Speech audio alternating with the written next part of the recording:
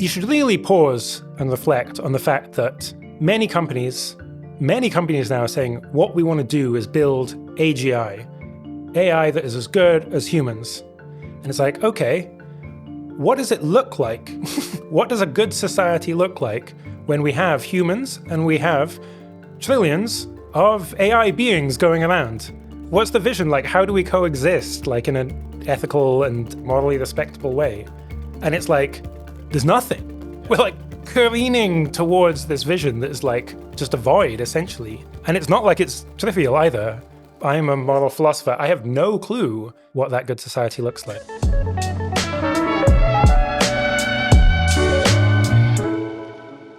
Today, I'm speaking with Will MacAskill, one of the founding figures of effective altruism, a philosopher at the University of Oxford, the author of What We Owe the Future, and now a researcher at the Forethought Center for AI Strategy. Thanks so much for coming back on the show, Will. I'm so glad to be back on. It's been a couple of years since you're on, and since then, you've really reoriented your work a whole lot. You're now much more focused on AI-related issues. Yeah, can you explain what it is that what your research agenda is and why you did such a big reorientation of your priorities? Sure. So the area I'm working in, I'm currently calling AGI preparedness. The idea here is taking really seriously the idea of having human-level artificial intelligence in the near term, even in the next few years or 5 years, taking seriously the sheer scale of the impact that that might have, in particular the idea of extremely rapid technological advancement, and then trying to figure out what are all the challenges that that might bring, and are there any that are currently neglected, but that are in the same ballpark of importance as, for example, the risk of AI takeover or the risk of global catastrophe from new engineered viruses. And there's two ways of doing that. One is by really reasoning through and modeling the dynamics of what you will get once we have AI that can perform as well as a human at some crucial tasks. What's all the changes you would expect over the decade following that? And then seeing what kind of arises from that. A second is by thinking about, well, what would a post-AGI future that we feel really good about, what would that look like? And then reasoning backwards from there to think, okay, well, what are the ways we could miss out on that really good outcome? And so you asked about, like, why am I focusing on this now? And well, one is just the crazy advances and progress we've seen in AI. So yeah, you don't say. I've really changed my view on AI timelines. So I take really quite seriously the idea of human-level artificial intelligence, even in the next 3-5 years. Take even much more seriously, for somewhat related reasons, the idea of an intelligence explosion, so very, very rapid increase in AI capabilities and resulting technological change following soon after from that. And so that means, okay, this is AI is the really big thing to focus on. Then in terms of why this is a particular area, one thing is just seeing how impactful early foundational work on misalignment, existential risk was. So, I was part of the seminars for Nick Bostrom's book, Superintelligence, back in 2012, 2013. And at the time, I found them kind of frustrating because I thought it was just kind of pie in the sky. It wasn't going to have much of an impact. And I've really been proved wrong there. It's just actually been enormously influential in the conversation that now happens. Most people don't even realize where the ideas come from. And potentially we could do the same thing for some other areas. And then finally, this is just something which is, I think, plays to my comparative advantage. Often the sort of research you need to do is, it's kind of messy, it's confusing, it's quite big picture, something where kind of background in ethics and philosophy is quite helpful. Yeah. I hate to raise your previous positions, Will, but I think 5 years ago, you wrote this article, I guess, casting doubt or expressing your skepticism towards the idea that we live at a particularly important, crucial time in history. I think this was people call this the hinge of history debate. Yeah, do you want to, I guess, explain the argument that you were making or the arguments that you found persuasive back then for skepticism about that? And I guess, yeah, what's your view on all of that now? Sure. I mean, I'll give a kind of high-level answer, which is that there are two sort of ways of reasoning about the world, which sometimes get called outside view and inside view. These are horrible terms, I think, but the kind of more outside view perspective is just saying, well, we could live at any time. It would be so unlikely that we were at this crucial, very important moment in history. And then you're saying also that it's going to be this kind of very rapid technological change. Well, look at the trend over the last 100 years. It's actually been very stable in terms of kind of rates of progress. We should just kind of expect these broad trends to continue. And this is actually the way that super forecasters tend to realize. So it'll be very upfront that lots of the views now I have are not shared by super forecasters, in fact.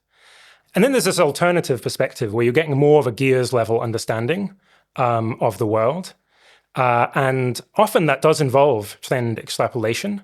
But sometimes extrapolating the fundamental trends mean that the higher level trends are like very different. So we saw this, let's say in early COVID, where a good gears level understanding of the situation in January and February of 2020 involved taking seriously the exponential growth in the coronavirus. And taking that seriously, you don't have to be a genius to realize that's going to like dramatically change the world. But the thing that's weird is that, and like I think hard to deal with, is that okay, that actually means that the larger trends of how does the world operate will have to change. And since 2017, when I wrote that, I've kind of informally just been like testing. I wish I had done it more formally now, but informally just seeing like which one of these two perspectives are making the better predictions about the world. And I do just think that that inside view perspective, in particular from certain number of people within this kind of community, just has consistently had the right answer. So coronavirus was one. Also, the development of when the vaccine would be. Also, trends in solar power, I think has also been successful. And then finally, scaling and AI progress as well. So I'm kind of seeing all of these cases where the more inside view reasoning is like making empirical bets on the world. And often people have been putting their money where their mouths are as well and getting far beyond market returns as a result. And that's the whole aggregate of that suggests to me that actually this kind of more inside view reasoning, it's just really working out. Yeah, and I guess we're not necessarily so terrible at it. The reason why you often want to do outside view reasoning is that you worry that you're going to fool yourself and get tricked by arguments that sound good, but in fact are not going to pan out. Yeah, exactly. And I guess you're just finding that often the people making these inside view arguments about trends in technology, they have a reasonable track record. It often pans out. And then the second thing is just also the quality of the evidence about AI now, where we are just in this radically different position epistemically compared to 2017, in my view, where we have models that are doing pretty well on benchmarks precisely to test how well the AI can do at machine learning research, which is the crucial ability. So it really looks like I would say the end, but really it's like the beginning, the beginning of the next stage when AI can in fact automate AI R&D. That is in sight. We also have the now well-documented and incredibly fast-paced trends in scaling of compute, trends in algorithmic efficiency. And then finally, we have some good arguments for thinking that the next 5 years in particular, but 5 to 10 years, we're going to make an unusually large amount of progress towards AGI compared to any other decade, simply because we're scaling the investment into AI so much. So actually, this is a way in which there's this very concrete argument in which the next 5, 10 years really are a special time, because it's a time when we're going from AI being this tiny, tiny fraction of the overall economy to being quite a large fraction. And that's a one-time change. All right, there's a couple of things you raised there that we're going to return to and flesh out later. But let's just dive into this paper, Preparing for the Intelligence Explosion, which I guess kind of lays out, I think, the priorities and the vision for the Forethought Center for AI strategy. Yeah, what were you trying to do with that paper, Preparing for the Intelligence Explosion? Yeah, so this paper is taking very seriously the idea of AI driving very rapid technological change. And the bar we put for that in this paper is the idea that AI will drive at least a century's worth of technological development in just a decade. So think And I encourage listeners to actually just do this themselves, to pause the podcast and think, what would you expect the world to look like in 2125, technologically speaking? And then imagine all of those changes happening over the course of just a decade. So if it were now, by 2035. And thinking, okay, there's going to be a lot going on. There's going to be a lot to deal with there. I guess things feel a bit hectic this week, but I guess it could get much more. Yeah, things feel hectic already. I already can't keep up with the pace of developments in AI. I can't read 1/100th of the stuff that I would like to read. That's going to get much more intense. So the paper is making the case for that, trying to make it vivid, then trying to somewhat systematically go through the different challenges that we'll face. And it's a bit of a litany there.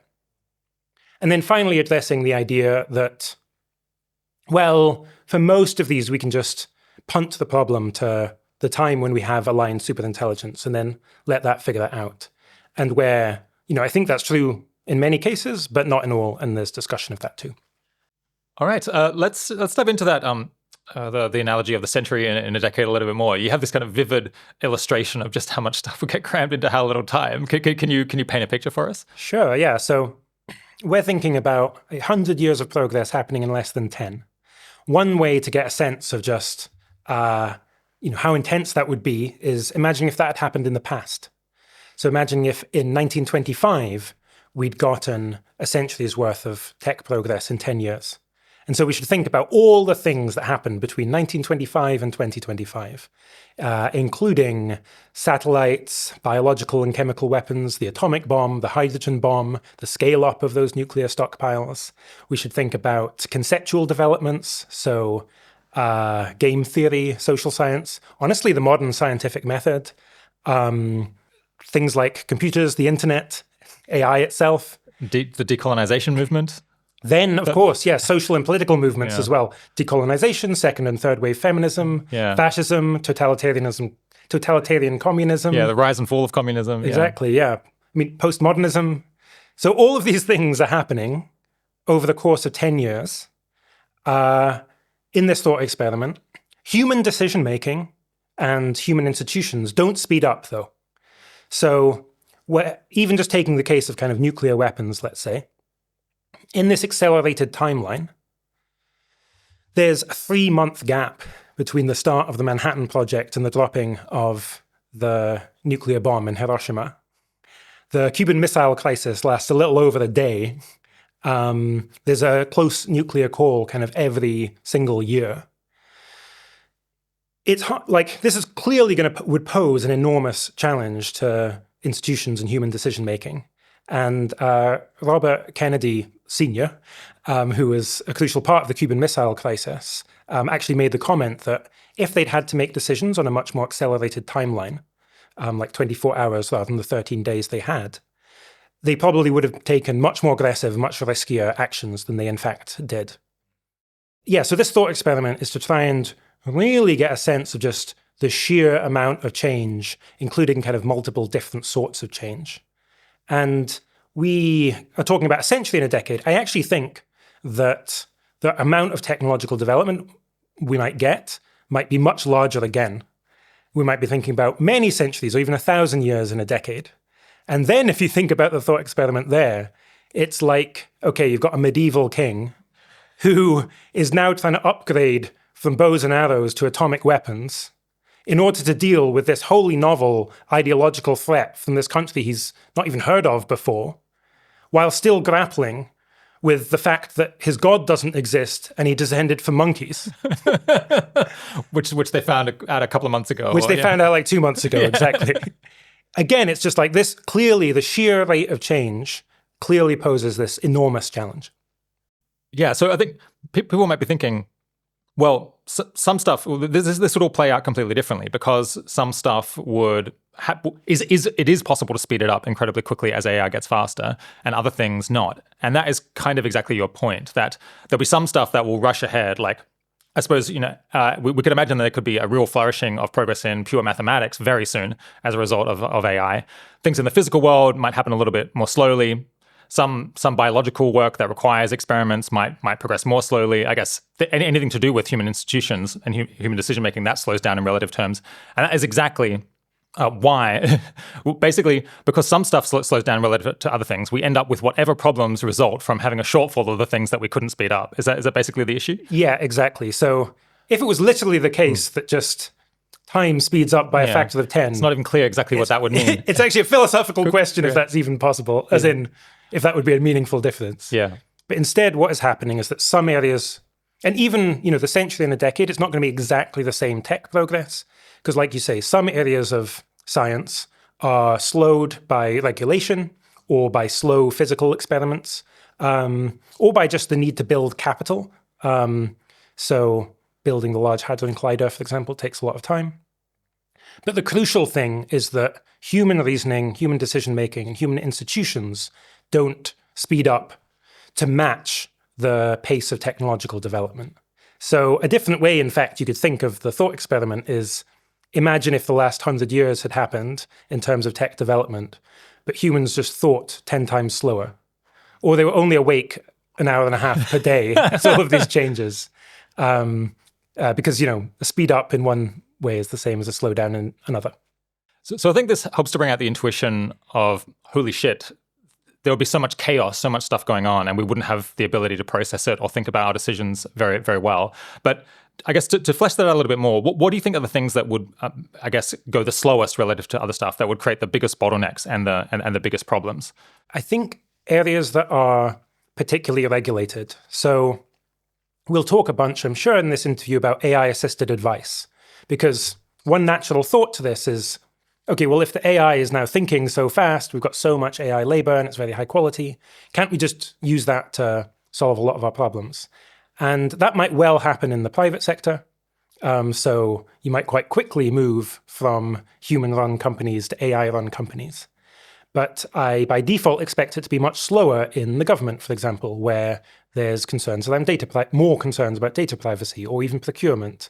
Or the legitimacy of basically handing over direct political power to AI models. Exactly, yeah. I mean, what's the point of time where you'll be able to vote for Claude for president or something? I think at the moment I might do that, but... a lot of people, I think... Look, I'm not saying that's a bad idea. I'm just saying it might not I'm just happen. saying it's unlikely. Yeah, I think it's unlikely to happen. And unlikely to happen in time for this, quite transformative decade.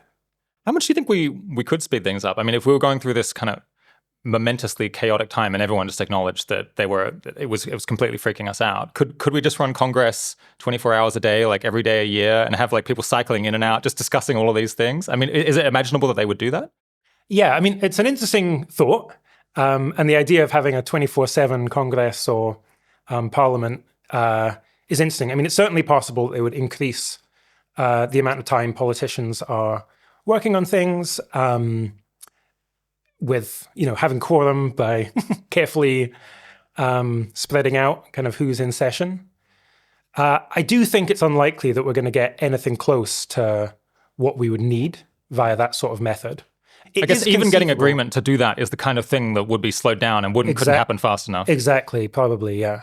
I mean, you can imagine certainly just, okay, most labor, or certainly a significant fraction of labor, is now obsolete. So we very quickly moved to just having human beings just largely outsourcing things to AI, but being in management positions, essentially. Just constantly checking, like spot checking their work and so on. And perhaps the size of government, or at least the size of political decision-making, increases tenfold or hundredfold. Again, I just don't think it is in fact going to happen. But this sort of thing, trying to increase the amount by which people can nimbly start relying on AI advice, is actually one of the things I think is most important and kind of pops out of this research. So I said that at a conceptual level, what's happening is some things are speeding up, other things are becoming relatively slower. So we end up with whatever other problems of not having enough of the slow thing. Is there anything more going on conceptually than that? Or does that basically just explain all of the problems that result? I think it basically does sum it up. The thing I'll add in addition is just that people don't know this is coming. So we're not prepared. So we're not preparing now, exactly. Fairly token efforts to prepare for this. Yeah, exactly. I think the world would be acting very differently if it was taking seriously the idea of a potential, even just a significant chance of an intelligence explosion in the near term. And honestly, I'd feel just a lot better about the world if that were the case. Yeah. Are there any important disanalogies to keep in mind between this thought experiment of the century or 4 centuries in a decade and the situation that you think we're actually likely to find ourselves in soon? The biggest thing that we've touched on is the difference between things that have certain bottlenecks, like regulatory bottlenecks or physical bottlenecks. So areas of science, for example, mathematics, computer science, philosophers have this term a priori. That's like knowledge that you can get just from the armchair. Though in this case, that includes running simulations. It includes looking at existing data. So I also think certain areas of computational biology and material science, also just a lot of social science, you could get very fast progress. But then much slower progress, like we still might not know what constitutes a good diet. Because I mean, it's a very thorny empirical question with so many interesting parts. And like, if it's like, well, does eating fat versus protein, let's say, how does that affect your life expectancy? I mean, an ideal trial on this would take 70 years. Because we'd be seeing how diet early on in life affects life expectancy later on in life. And then some other areas are highly regulated. So, new drugs, for example. Perhaps AI invents hundreds, thousands of amazing new drugs, but then you still got to do the human trials. You still got to get them through the regulatory process as well. And that could act as a major bottleneck. And so that doesn't have kind of any immediate like upshots, but it's worth bearing in mind throughout that that's the most important disanalogy. Yeah. So a lot of people I know, I guess a lot of listeners to this show are trying to speed up science and technology. I guess, the progress studies crowd, but also just, common sense suggests we want more economic growth. We want to advance technology more quickly. Should people with that mentality just be cheering this? Because this is kind of what they're trying to create, just at a really extreme level. So I'm actually not claiming that this is good or bad relative to slower rates of progress. I will say personally, I expect it to be too fast. And actually, I do recommend kind of slowing the intelligence explosion. But you could have the view that this is a great thing, but nonetheless, it poses significant challenges and we should address those challenges because it isn't, in fact, what's going to happen. That said, the progress studies folks, they're really gunning for, I'll talk about economic growth. I don't talk about that paper, but it's what they talk about. They're gunning for rates of economic growth on the order of like 5%, 6% per year, because that would just be so much better than what we've had recently, which has been generally much slower. They're not gunning for rates of economic growth that are like 50% or 100%, or even if you take some of the arguments seriously, which I think you should, it could get actually much faster than that again. And so I actually think if you ask those people, well, what would be the optimal pace? Maybe they would say 10% per year or something. That's actually kind of what I think. That seems like a good rate of growth to me. You're like very rapidly making people's living standards much better. I guess it's like the rate of development that China experienced at at its highest level. Yeah, exactly. So we're also familiar with it. We know that a country can account for this. But when you're going kind of radically faster than that again, well, then you've just got this challenge of enormous amounts to deal with and just not enough time to kind of think things through. So quite a lot of listeners, I guess, might listen to this and think, maybe if science and technology really were going to speed up 10x all of a sudden, I would be worried, but I kind of don't really buy this. This isn't going to be the main focus of the interview, is kind of making the case for the intelligence explosion. We've somewhat covered that in our first interview with Tom Davidson, which was, I think, two years ago now, where he explains why he believes that AI could speed up economic growth enormously. Also, the episode with Carl Schurman about 9 months ago now, I think Carl Schurman on the economy and national security after AGI. So people can go back and listen to those if they want a more thorough treatment. But yeah, I do want to just kind of briefly make the case for why you think it's plausible that AGI and the resulting changes could speed up advances in, I guess, intellectual development 10x or more? Yeah, absolutely. So, why are we making intellectual, scientific, technological progress at the moment? Well, we're trying to do so. We're putting researchers and, to some extent, physical capital towards the task. And we're increasing the amount that we're doing that each year by about 4 or 5%. So it's relatively slow growth. at some point, we're going to get AI that can do those tasks for us instead. In particular, the kind of intellectual part of that, which is the large majority of research efforts, mainly coming from people thinking rather than from stuff that machines are doing. I guess some people might disagree with that. I think some people would say it's the difficult sweat, operations of actually doing pipetting and doing like work in the physical world that leads to a lot of technological progress rather than sitting in the armchair theorizing about stuff. Okay, I mean, one thing is just like when I think about science and R&D, it does, well, I think there's three things to say. One is just that actually wouldn't fit with my impression. But also just, I think it's the Bloom, Our Ideas Getting Harder to Find paper, estimates that the kind of labor share versus capital share is like 80% to 20%. So it's still mainly like, it's mainly like human minds, doing kind of R&D. Though capital, that's, still a reasonable share. And then the final point is just, again, this is going to vary from field to field. And so some areas like we say, mathematics. Philosophy, potentially. Philosophy, fingers crossed. Fingers crossed I'm out of a job. And other things that you can do in the armchair, they could go extremely fast again. And other things might be bottlenecked. Yeah. But when we think about how much technological advancement has happened, we're not, we don't think of that as bottlenecked by the slowest moving necessarily. It's instead the kind of it's the sum total across different fields, perhaps weighted by importance. Yeah. Okay, I interrupted you. Keep going. But anyway, so research effort is growing by kind of 4 or 5% per year. At some point, AI will be able to do almost all the jobs that, in like cognitive jobs that a research scientist can do. But then it will keep progressing past that point. And we don't even need to talk about improvements in capability. So not necessarily saying that even if you don't think that AI will surpass human intelligence, it's just that we'll have more labor. And actually, even if you also assume that you don't get this recursive improvement dynamics, where AI starts designing better AI, which designs better AI, and so on. And even if you think that the current trends that are driving AI getting better slow down dramatically, even with all of that, the growth rate in effective computation, namely the amount of AI, kind of quality-adjusted amount of AI labor we have, would be much more than 10 times the growth rate of effective researchers today. And that would motivate a kind of more than 10x increase in scientific and technological advancement. And that's just because we can manufacture lots of computer chips that then would become basically brilliant scientific researchers, whereas we can't just manufacture more science PhDs.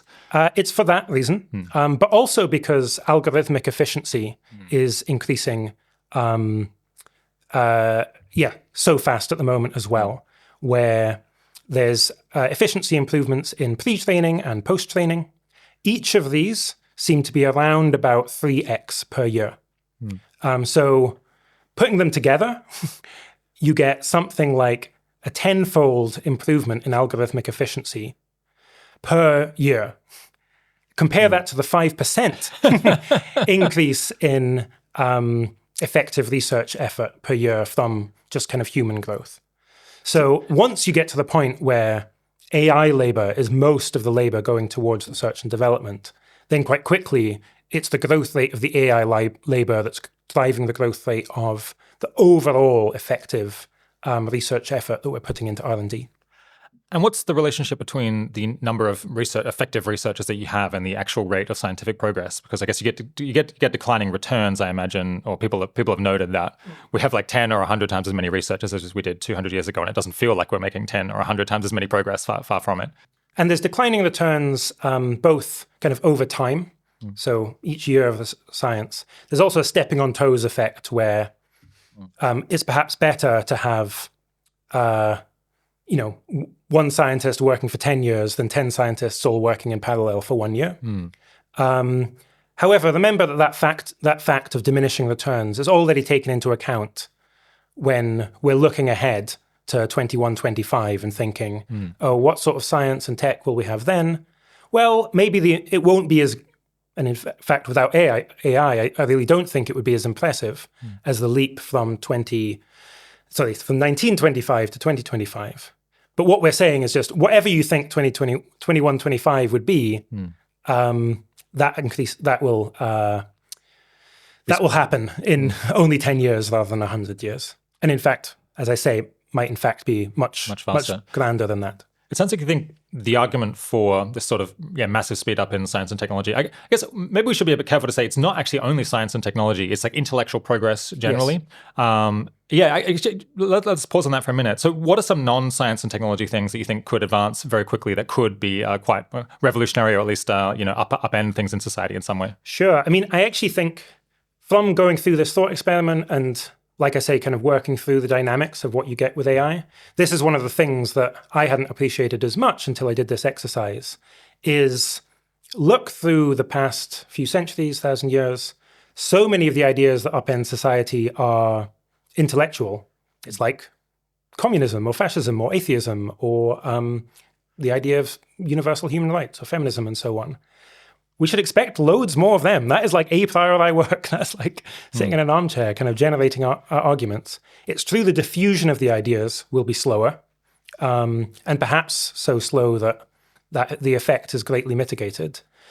But I do think, like, just imagine what are some of the really big, groundbreaking, like... Well, I mean, I guess we've had this whole culture war over the last 20 years or so. Been, like, I guess, like people who are more social justice oriented, and then a big reaction against that. If that played out in 1 year rather than 10 years. Exactly. Yeah. But also potentially ideas like, maybe we're in a simulation and the arguments are just extremely good, and you've got a superintelligence. It's great at all of these other domains, just clearly our epistemic superiors. There's loads of them. And they're like, we think it's really, really likely now. That would be like, potentially quite disruptive. Yeah. Or, perhaps just extremely strong arguments against the idea of there being like an objective moral truth. And perhaps that's something that people, in fact, don't really internalize. And now you've got these AI advisors just being like, look, what are you doing? You have these goals and you keep not acting on them because of this like false belief that you have. I call these kind of disruptive truths. Yeah. It's obviously just extremely hard to predict kind of what would they be. Yeah. I don't think people had, any of these ideas of atheism or abolitionism or communism, essentially beforehand, before they became prevalent. But nonetheless, it actually shows you that this is something we should be willing to kind of nimbly adapt to. So we should be expecting to change our minds a lot. And we should be trying to build institutions that are able to change their minds quite quickly too. So. Yeah. Okay. So it sounds like you think the arguments in favor of this big speed up in intellectual progress are very robust, that it's actually quite hard to get around the conclusion that we should expect a significant uptick in progress. Are there any good arguments against this? Is there any way that we can rescue the idea that, well, things might only speed up a little or not at all? I think the strongest would be essentially thinking like it's really very far away that we get to true kind of human level AI, scientist AI, where perhaps you've got AI that's extremely good in some areas. So I don't know, mathematics really looks like that's just going to happen. Terence Tao it's basically already happening. Terence Tao is saying, I think we've still got, 3 years.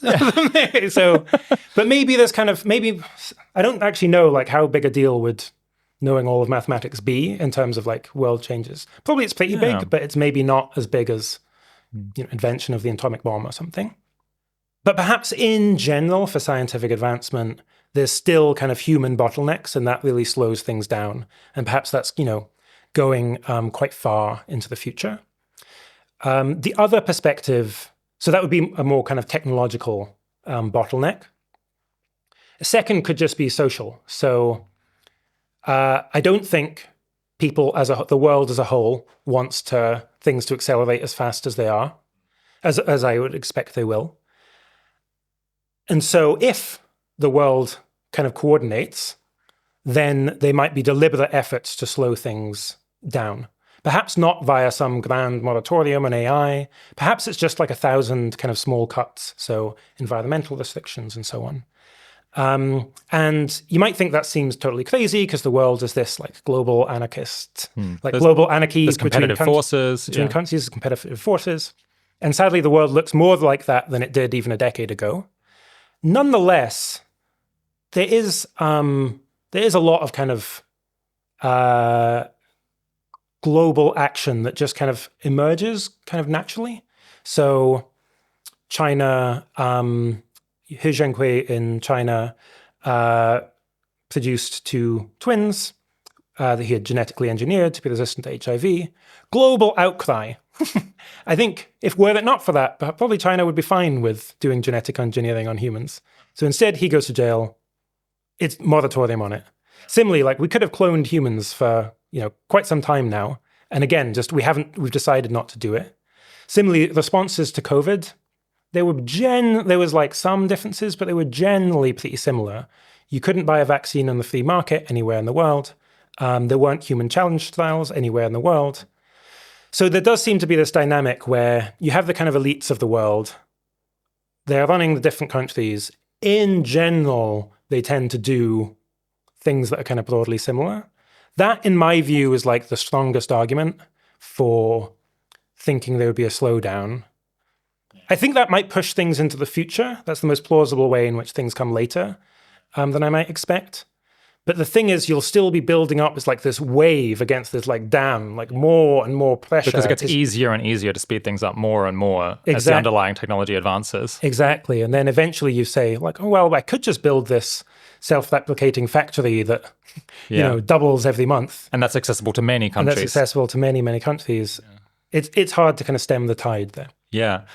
Another case actually is people have tried to get up sports competitions like an alternative Olympics where you'd be allowed to use performance-enhancing drugs, which I think might attract many spectators, but that has never managed to get off the ground. I guess because people find it distasteful. It just feels like there's a kind of a global disdain for that idea. Yeah, exactly. So we don't have a global government, but we do kind of have a global culture. Yeah. I think something that makes me wonder if we could actually see some reasonable delay is just looking at public opinion polling on this, where you look at the typical person really is quite nervous about AI. If you just ask them, are you worried? Would you like to slow things down? Should we even ban smarter than human AI? A lot of people are already on board with that, at least in the US and the UK. I don't know what people would say elsewhere. But like at the point where this actually starts to happen, maybe that would begin to bite, and you would just have actually almost a consensus or like a supermajority of voters in favor of banning a lot of these things. Yeah, I don't know whether that would actually function, and it's really hard to know how robust are those opinions because it's not as if people have the typical voter has thought deeply about the question of superintelligence. For sure. But yeah, that's a plausible way in which you could get that across, across like multiple countries as well, because people don't want to lose their jobs. That's a source of meaning and social status for them. People are generally just really quite cautious about technology. An additional dynamic that could occur is if things are kind of spread out, then you could have AI making people really quite a lot richer even than they are today. And that makes people even more cautious. So over the past many decades, the richer people have got, the larger fraction of their income they spend in extending their life, which makes total sense because once you get the better richer, off you are, the more you should worry about what you have to lose. Exactly. But also, exactly. And also the less you have to gain. Yeah. So actually, if you look at standard estimates of people's kind of diminishing marginal utility of money. The average American on $60,000 per year is 2/3 of the way to their best possible life per year. Yeah. So if you think... Given the technology that we have now. Yeah, or given the wealth that they have now, yeah. Whereas if they were on $2 million a year, they're more than 90% of the way. Okay. Oh yeah, sorry, you're right. Given our current technology, future technology could change that. Yeah, yeah. Okay, I've got to keep resisting the temptation to dig into these things more because it's a bit more of an overview episode. Yeah. I think in the paper, though, you at this point you lay out the 3 different types of intelligence explosion that can occur. So there's a software intelligence explosion, then there's an intellectual one, and then an industrial one. Is that right? Technological and then industrial. Okay. Yeah. So maybe I need to have this explained again. Yeah, can you explain the 3 different types of intelligence explosion because they each create kind of different dynamics and they occur at different stages. Sure. So there's this separate paper written with Tom Davidson and Rose Hadshaw, which is describing these different intelligence explosions where here, like previously I was arguing, even if you didn't have this recursive improvement, just the sheer rate of progress at the moment would be enough to drive forward essentially in a decade. But in fact, I think we will have this recursive improvement, and that will speed things up even more. Where the first is a software feedback loop, where that's AI systems get really good at designing better algorithms. And so they make better algorithms, means you can make even better AI, that helps you make even better algorithms, and so on. So that's a software feedback loop. Second is kind of chip quality or technological feedback loop, where AI gets really good at chip design, or the other processes used to aspects of like just making higher quality chips, where you get more computational power per dollar. And then the third is the industrial explosion and the chip production feedback loop. That's where you now have AI and robotics, and rather than needing human labor to produce more chips, and in fact to just produce more goods in general, instead you now have AIs controlling robots, such you can have wholly autonomous factories producing goods, including chips and so on. And that as well would be another kind of feedback loop, where just the more computational power you have, the more AIs you have, the higher quality AIs you have. Yeah. Okay, so we have the software intelligence explosion first, and we expect that to come first because it's, well, I suppose it seems like we're kind of already on the cusp of it. And it's also probably where you would invest your effort first, because whenever you improve the algorithms, you can immediately like roll it out across the entire world, across all of the software. Just like with any other software update, we can immediately deploy that globally. Then you have the research into improvements in the chips themselves. That is potentially could speed up or like could provide an enormous amount more computational power. But of course, you actually then do have to manufacture the chips, so it takes a little bit longer.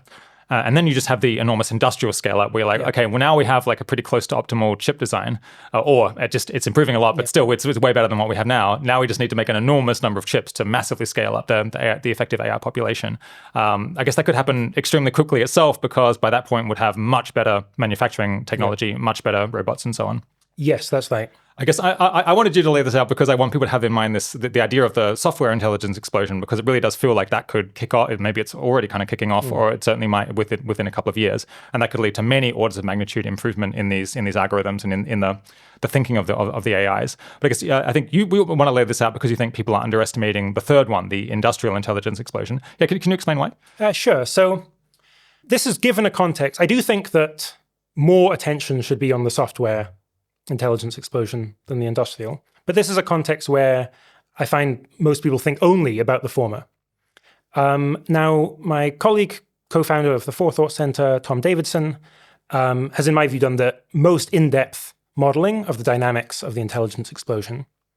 And he's actually only 50-50 that you get this recursive feedback from software. Because suppose you double cognitive inputs, but you only get, 1.5 x. Plus 50%. Plus 50% of the outputs. Then you'll get this little wave of advance, like a kind of step forward, once you have AI that automates AI R&D itself. But that will then fizzle out. He also thinks that even if you do get a period of kind of recursive improvement, it doesn't take you all the way from where you would be at the time to kind of theoretical limits of algorithmic efficiency, which is really far. Okay. It's like, maybe it's as much as kind of 9 orders of magnitude improvement. In fact, he thinks maybe you get 3 orders of magnitude improvement in algorithmic efficiency, which would be like a jump from GPT-3 to GPT-4. Obviously, he has like quite a wide range. The precise numbers aren't that important. I think you could very reasonably be more aggressive than this. But one thing is just, I do think it's totally on the table that you don't get much in the way of kind of software feedback loop. So you get this like leap forward. Maybe you get a few years jump forward in a year, but that's not enough to be this kind of everything's changed now, everything's off the table. And the intuition for that would be, well, the AIs are getting smarter, and so they're able to make more progress on these difficult questions of how to make AI better. But that challenge is just getting so much more difficult, so much more quickly, that you don't get like a feedback loop kicking off where things get faster and faster. Instead, it just peters out, basically. Exactly. And in particular, because they're bottlenecked by the amount of compute they have access to. Okay. That's the key thing. Right. Which leads us into the industrial explosion. yeah. So the argument for getting accelerating growth in industry once you have wholly autonomous industry, AI and robots just doing everything. That's like really strong in my view, because you've got this factory, it's producing goods. Now, how many goods do you have if you have two factories? Well, it's like, well, it seems like twice as many. Yeah. It's like the standard economic view. But if one of the things that those factories are producing are AIs that are helping to improve the efficiency of the next generation of factories and so on, then even if that's helping just a little bit, then you'll get, like making it just a little bit more efficient on top of the doubling you get just from replicating the factories. Yeah. Then you'll have accelerating growth. Is that not clear? Well, I guess you definitely would have accelerating growth in the amount of factories. Yes. Right? Does that necessarily lead to accelerating growth in the amount of intelligence, or like the effective amount of intelligence? Because I guess you could have declining returns on on the impact of all of those factories. Oh, so it could be declining returns on, the impact, depending on how you're thinking about that. Yeah. So I'm not, for example, talking about impacts on GDP. Okay, yeah. Like all this discussion, we're now careful to kind of sideline that because it's not really going to be able to measure what we care about, or it may or may not. Exactly, yeah. There's a lot of objections you can have there relating to Bowmel's cost disease, and perhaps just all of GDP goes to live musicians or something. And it's like, okay, we're now just distracted by something by measurement issues. Basically, but what we really care about is industrial power. Yeah. But you would have twice as many AIs who are somewhat smarter. And so in that sense, you've got more than a doubling, if that makes sense.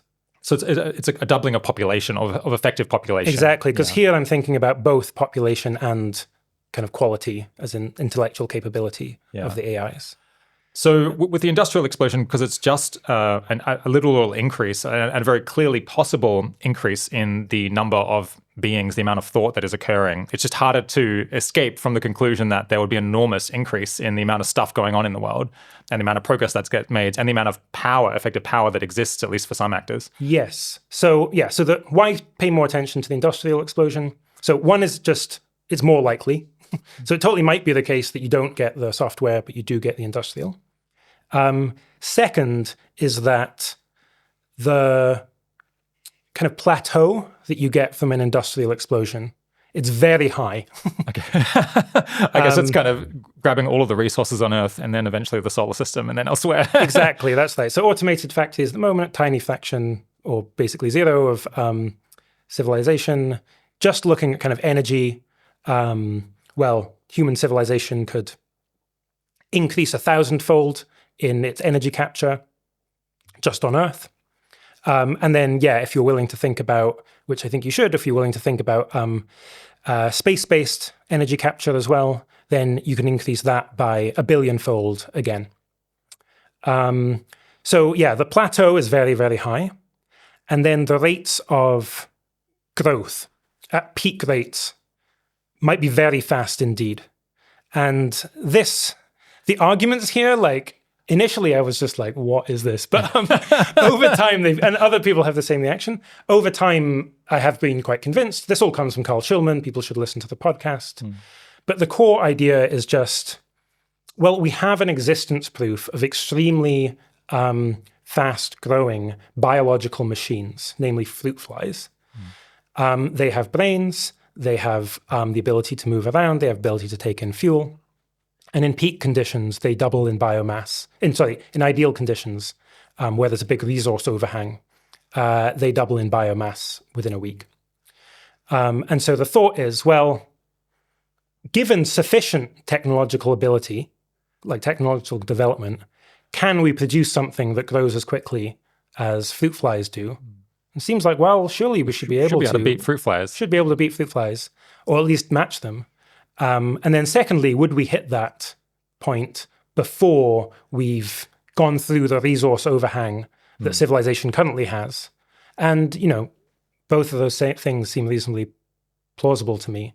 Again, I'm not saying much more likely than not, but certainly, again, on the table in the sense of we should be thinking about this quite seriously. So I guess we won't dive into that too much because we went into the arguments for and against that sort of conclusion with. So that's again the Carl Schurman episode on the economy Yes. and national security Yeah. after AGI. Yeah. Is there anything else you wanted to say about that? Yeah, I'll just, on the importance of the industrial explosion, it has a couple of really big upshots, I think. One is that it means that sometimes certain things can be of enormous importance just because of the sheer quantity of the technology. So at the moment, I do not think that all-out nuclear war would pose a meaningful risk of human extinction. It's not zero, but it's very, very low in my view. However, if the whole world economy is 1,000 times bigger, 1 billion times bigger, you could have extremely large nuclear stockpiles such that extinction actually given a nuclear war could be very large indeed. Or similarly with drone armies. Well, yeah, I guess in this world you'd imagine there'll be billions of drones. Exactly. And so they wouldn't necessarily have that much difficulty. Yeah, or perhaps trillions, quadrillions of drones. Yeah. So yeah, Stalin has this quote of quantity has a quality all of its own. And the trillion drones. they have a quality all of their own. Yeah. And then the second thing that I really worry about is that I think the industrial explosion gives authoritarian countries an advantage that they might not otherwise have. For two reasons. One is that authoritarian countries can have a higher savings rate. So when we're talking about, okay, we've got these two factories, they produce more than twice as much output. You only get this acceleration, and you get a certain speed of acceleration, if you're reinvesting those outputs as inputs, building even more factories. If instead you're consuming them... Yeah, if you take one factory and you just make consumer goods, then you don't grow. But if you just make factories, then you're growing. Yeah. And historically, authoritarian countries have been able to do exactly that to a much higher degree than democratic countries have.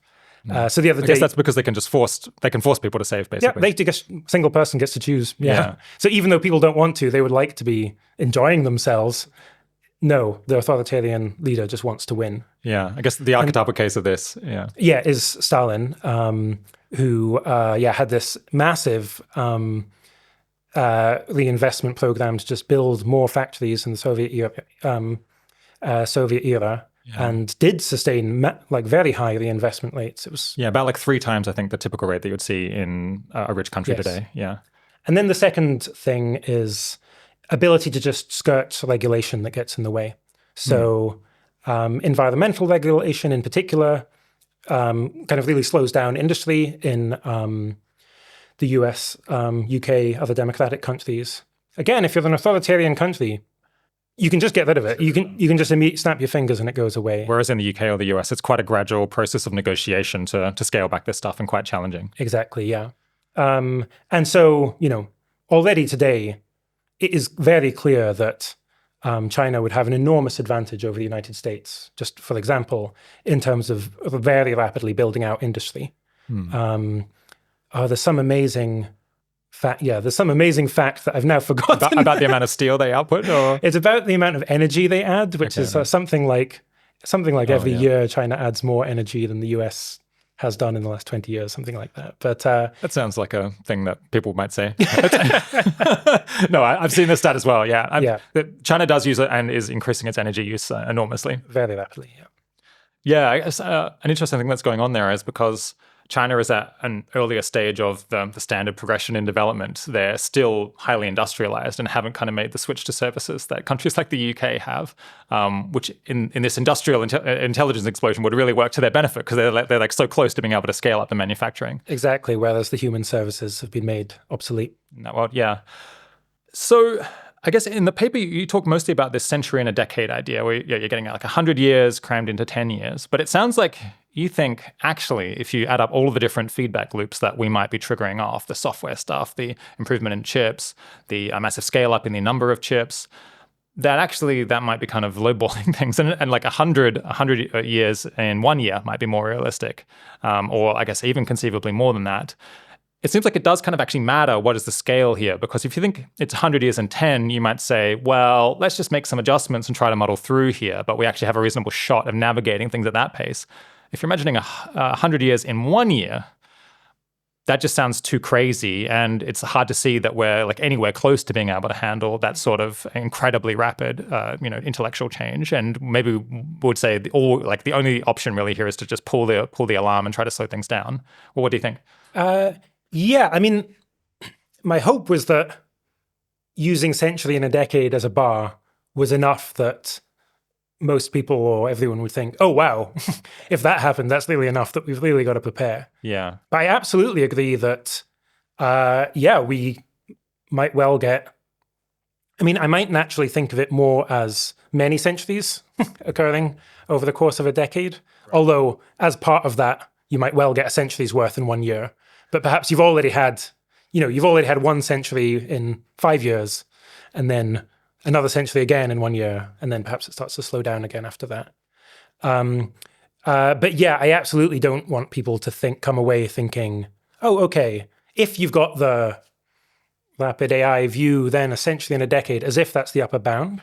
And I sometimes do worry about people lowballing what they actually expect to happen, because even the low ball is so crazy. Yeah, I guess it's natural to do that because it sounds more reasonable and more persuasive. But exactly. So I want to both say, look, we're going to get the century or I think it's really quite likely we get the century in a decade. But that is a low ball. Could be much faster again. Could be much more sustained again.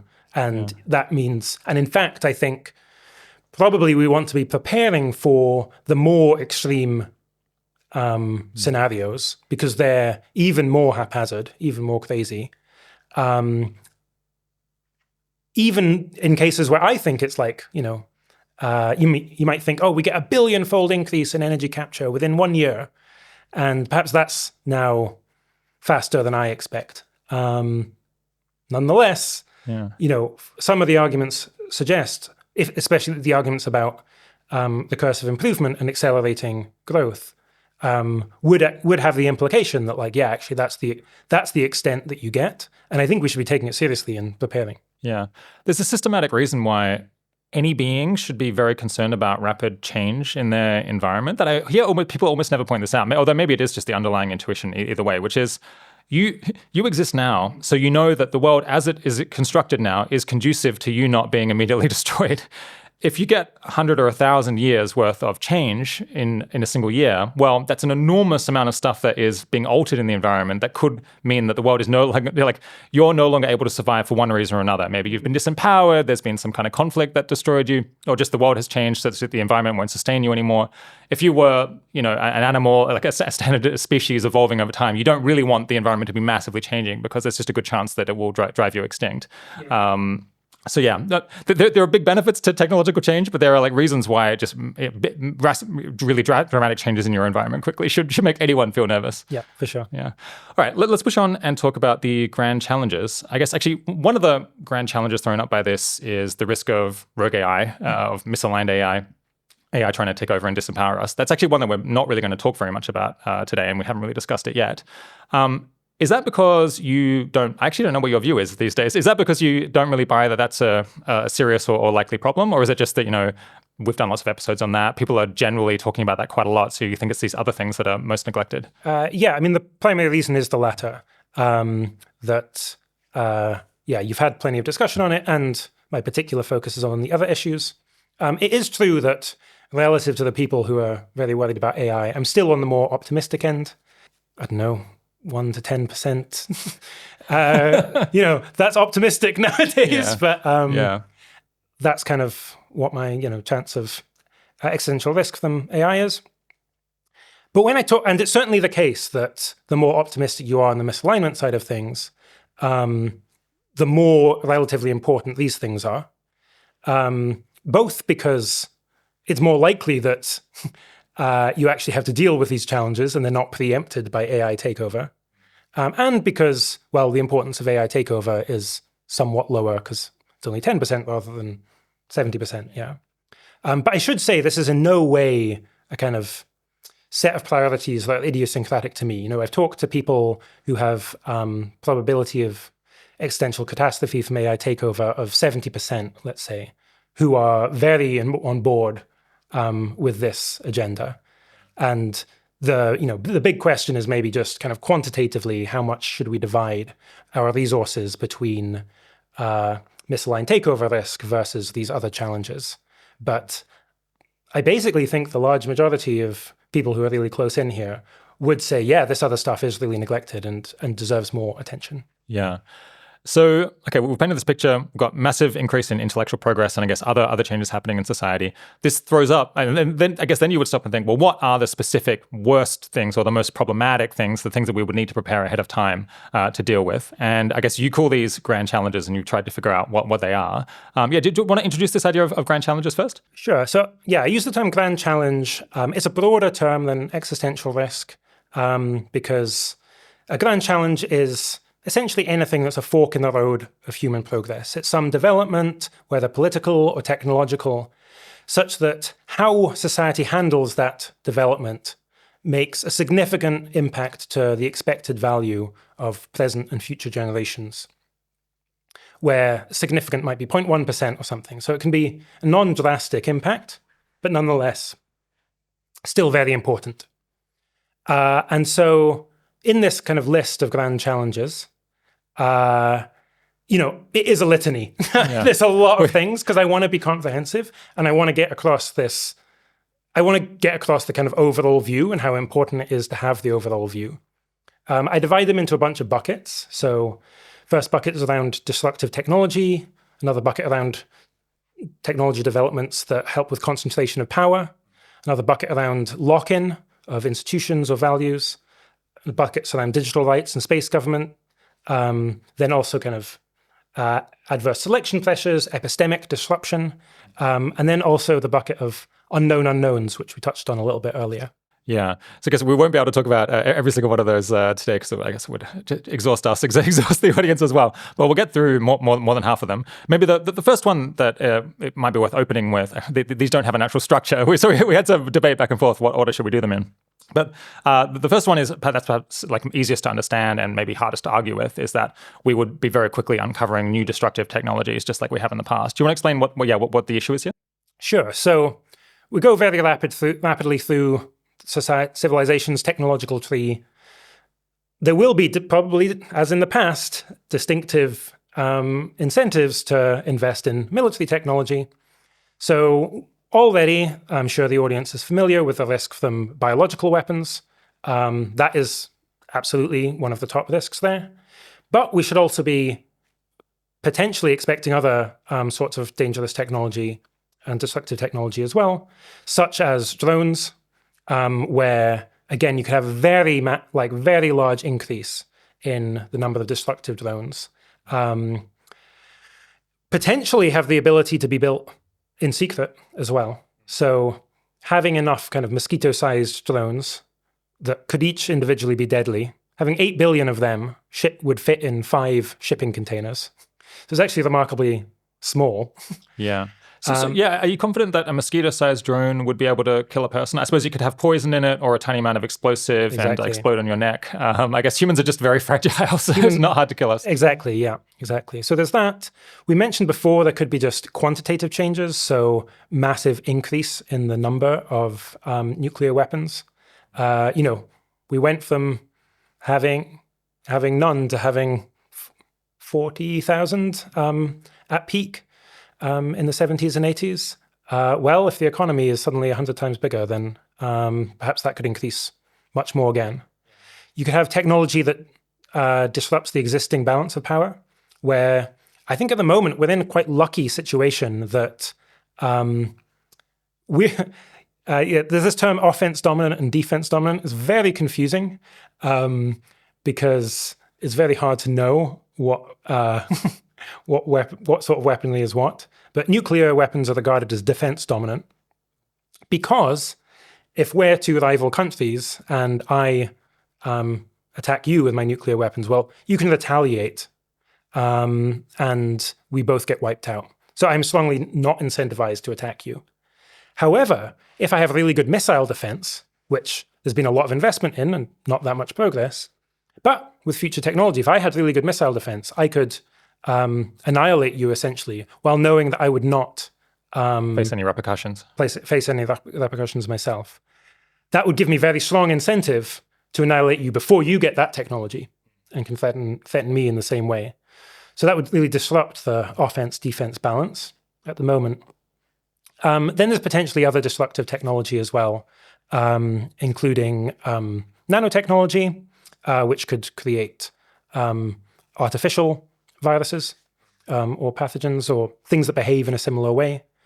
There's just sheer environmental destruction. So if you're imagining this industrial explosion, the environment is not going to fare very well.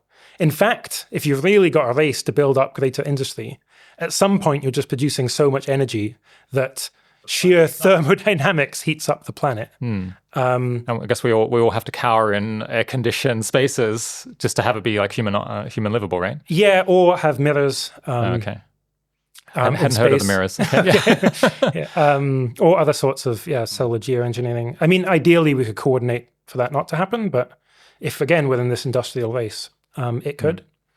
And then also kind of cyber offense and defense, where a particularly concerning thing here is there's very strong incentives for one country to, once you've built up automated militaries, for one country to attack another, because if I can have a successful cyber attack against your automated army, then not only do I get to destroy your army, but I might take it over. I get to control it too. Okay. Yeah.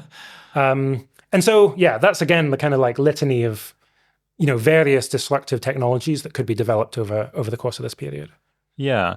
I mean, I think to me, it's pretty hard to argue with that this is a concerning issue. I suppose if I put myself in the mindset of someone who is skeptical that this is as bad as we're making out, they would probably say, well, wouldn't you be advancing? I mean, things haven't necessarily gotten more dangerous over the last 100 years, and that's because at the same time as you're getting destructive technology advances, you also get defensive and like constructive technology advancing, canceling it out. Like how much should that reassure us? I mean, to some extent. I mean, a couple of things that could be causes for optimism. One is if just people are getting richer and therefore more cautious in general. And also, I do think there might be more contingency in what technology gets developed when as a result of a technology explosion. Because you've got this huge AI labor force and you can really just direct them towards whatever sort of technology you want. And so, in principle, in wise, enlightened hands, you could really accelerate defensive technology in advance of the offensive technology. I think it's very far from a complete reassurance, though, because, look, already the United States and other countries invests massively in missile defense that would enormously upset the offense-defense balance in the world today. We should expect that to continue. Yeah, given more opportunities to do that, won't they just do it again? Yeah. Exactly. And then there's some other technology that just have an intrinsic difference between the offense-defense balance, where bioweapons may be clearest. Again, at sufficiently advanced level of technology, it's very easy to release a bioweapon and really quite hard to defend against it. And so, maybe again we could, but it takes really like a lot of effort. And I guess, and the structural problem is that there are many areas of technology that are defense dominant, or at least not offense dominant, but there are at least a few that seem offense dominant, where it's much easier to cause destruction with bioweapons than it is to defend against them. And you only need a handful of those, because people who want to cause destruction, or for military purposes, people will preferentially investigate exactly those and max them out as much as possible. Exactly. And so the basic problem here is, well, how we've had enough time, we had a reasonable amount of time after we invented nuclear weapons to figure out how not to use them. Here, we will not have very long for governments, parliaments, humans to be thinking about this, figuring out, well, how do we design it so that we don't feel the absolute need to use these incredibly destructive weapons that we just invented. Yeah, that will kind of just be foisted on us very quickly, and we'll have to figure out how to respond. I mean, I hadn't really thought about this analogy before, but it is striking that, okay, you get the development of nuclear weapons, and then you have this enormous, very fast ramp up of the number of nuclear warheads. And then over time, a kind of gradual decline. And, well, what's happening there? Plausibly, it really does look like, well, that's good but slow processes of human reasoning and human communication with each other, realizing, like, working together towards this better equilibrium. Okay, so the next grand challenge is the risk of seizure of power by a small group. We're actually not going to talk about that a ton here, not because it's not important or neglected or a big issue, but rather because it's actually so important, so key that we're doing a full episode with your colleague Tom Davidson on that. I'm not sure whether that will have come out before or after this episode, but either way, people can go and listen to the episode with Tom Davidson, which is all going to be about seizure of power by a small group. But you just want to kind of quickly explain what the problem is here? Sure. I mean, the problem essentially is just human takeover as well as AI takeover. And I think it's one of the key problems. Like Tom, I think it's same ballpark of importance as misaligned AI takeover risk too. And I see it as two aspects to the problem, where Tom will talk more about the first of them, where the first aspect is democratic countries becoming non-democratic because of a military coup or democratic backsliding or something in that vein, where AI could lead to intense concentration of power and incredible ability for small groups to entrench power within a country. And then the second way is non-democratic countries becoming much more powerful and perhaps themselves becoming even less democratic than they were before.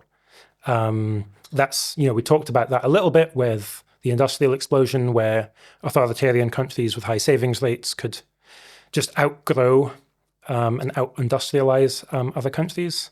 That's a second way, I think, in which you can get intense concentration of power. Because then, if you do have an authoritarian country and you've got AI, you can make your whole workforce loyal to you. You can make your whole military, your whole police force, all provably, perhaps, or certainly to a very high degree of likelihood, aligned with your commands. Yeah. Let's actually back out a minute and think about this issue of lock-in, because that's going to come up again and again through the conversation. It's highly related to this issue of seizure of power. So there's this risk, I suppose, that within the next century, reasonably soon, we could end up tying our hands somehow, getting really stuck on a path from which we can't escape, even if many people or most people might not want to humanity to be going down that route. I think it's interesting that despite being, I guess, at this game for 10,000 years, humanity doesn't feel locked in at all at the moment. We have this very freewheeling, kind of chaotic nature where it's very unclear what direction we're going, and there's no one group or person who is especially who has grabbed so much power that they can really control the direction of things. Why is that? Why haven't we had any lock-in so far? Okay, great. So, lock-in is the idea that some institution or set of values kind of closes down the possibility space for future civilization. And note that definition is neither good nor bad necessarily. Obviously, there's a lot to worry about with lock-in, and we'll talk about that. But the key thing, when we talk about lock-in as well, is that it's indefinite. So there have been many, many attempts to lock in values and institutions in history. Some successful, some not. In What We Are the Future, I talk about a lot of examples from history from the Confucian, or shortly after the Confucian period onwards. One example that I think a lot about is the Constitution of the United States, where it is very hard to change the US Constitution, much harder than in other countries. That is, I think, an example of at least temporary lock-in, where a relatively small group in the late 18th century decide how the country is going to be governed, make it extremely hard to change that. And that's still guiding the American political system in a very significant way today. Now, you've asked kind of why have we not had lock-in in the past? I think we have to some extent, actually. So there's only one human species. That is because Homo sapiens outcompeted their rivals. Polite way of putting it.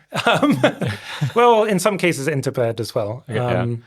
I do think that of as a sort of lock-in, but thankfully, it seems like the future is still very open. There are other things that could well amount to lock-in. I actually think the US Constitution, it's quite plausible to me the US wins the race to AGI, becomes such a large part of the economy that it's a de facto world government. And that guides just how the very long-term future goes. In which case, it was Madison and Hamilton were, in fact, locking things in a really indefinite way. Although even then, I guess you're locking in more of a process than a very specific set of values that we're just going to then operationalize. Yeah. That's right. And so there are ways in which I think once we get to AGI and beyond, things get really quite different. Where, okay, let's say that American founding fathers want to have, I'm not actually speaking to their true psychology, but supposing they really did want to lock in a very specific set of ideals or values, well, it's hard for them because they'll die. And so they can't continue to enforce that afterwards. And it's also not even clear what they might want. So we have the Supreme Court adjudicating the meaning of the Constitution. That obviously changes over time. However, with AGI, we can have very specific sets of goals encoded in the AGI. We can have that, we can have many backups. We can use error correction so that the code that specifies those goals don't change over time. And so we could have a constitution that is enshrined in the AGI, and that just persists indefinitely.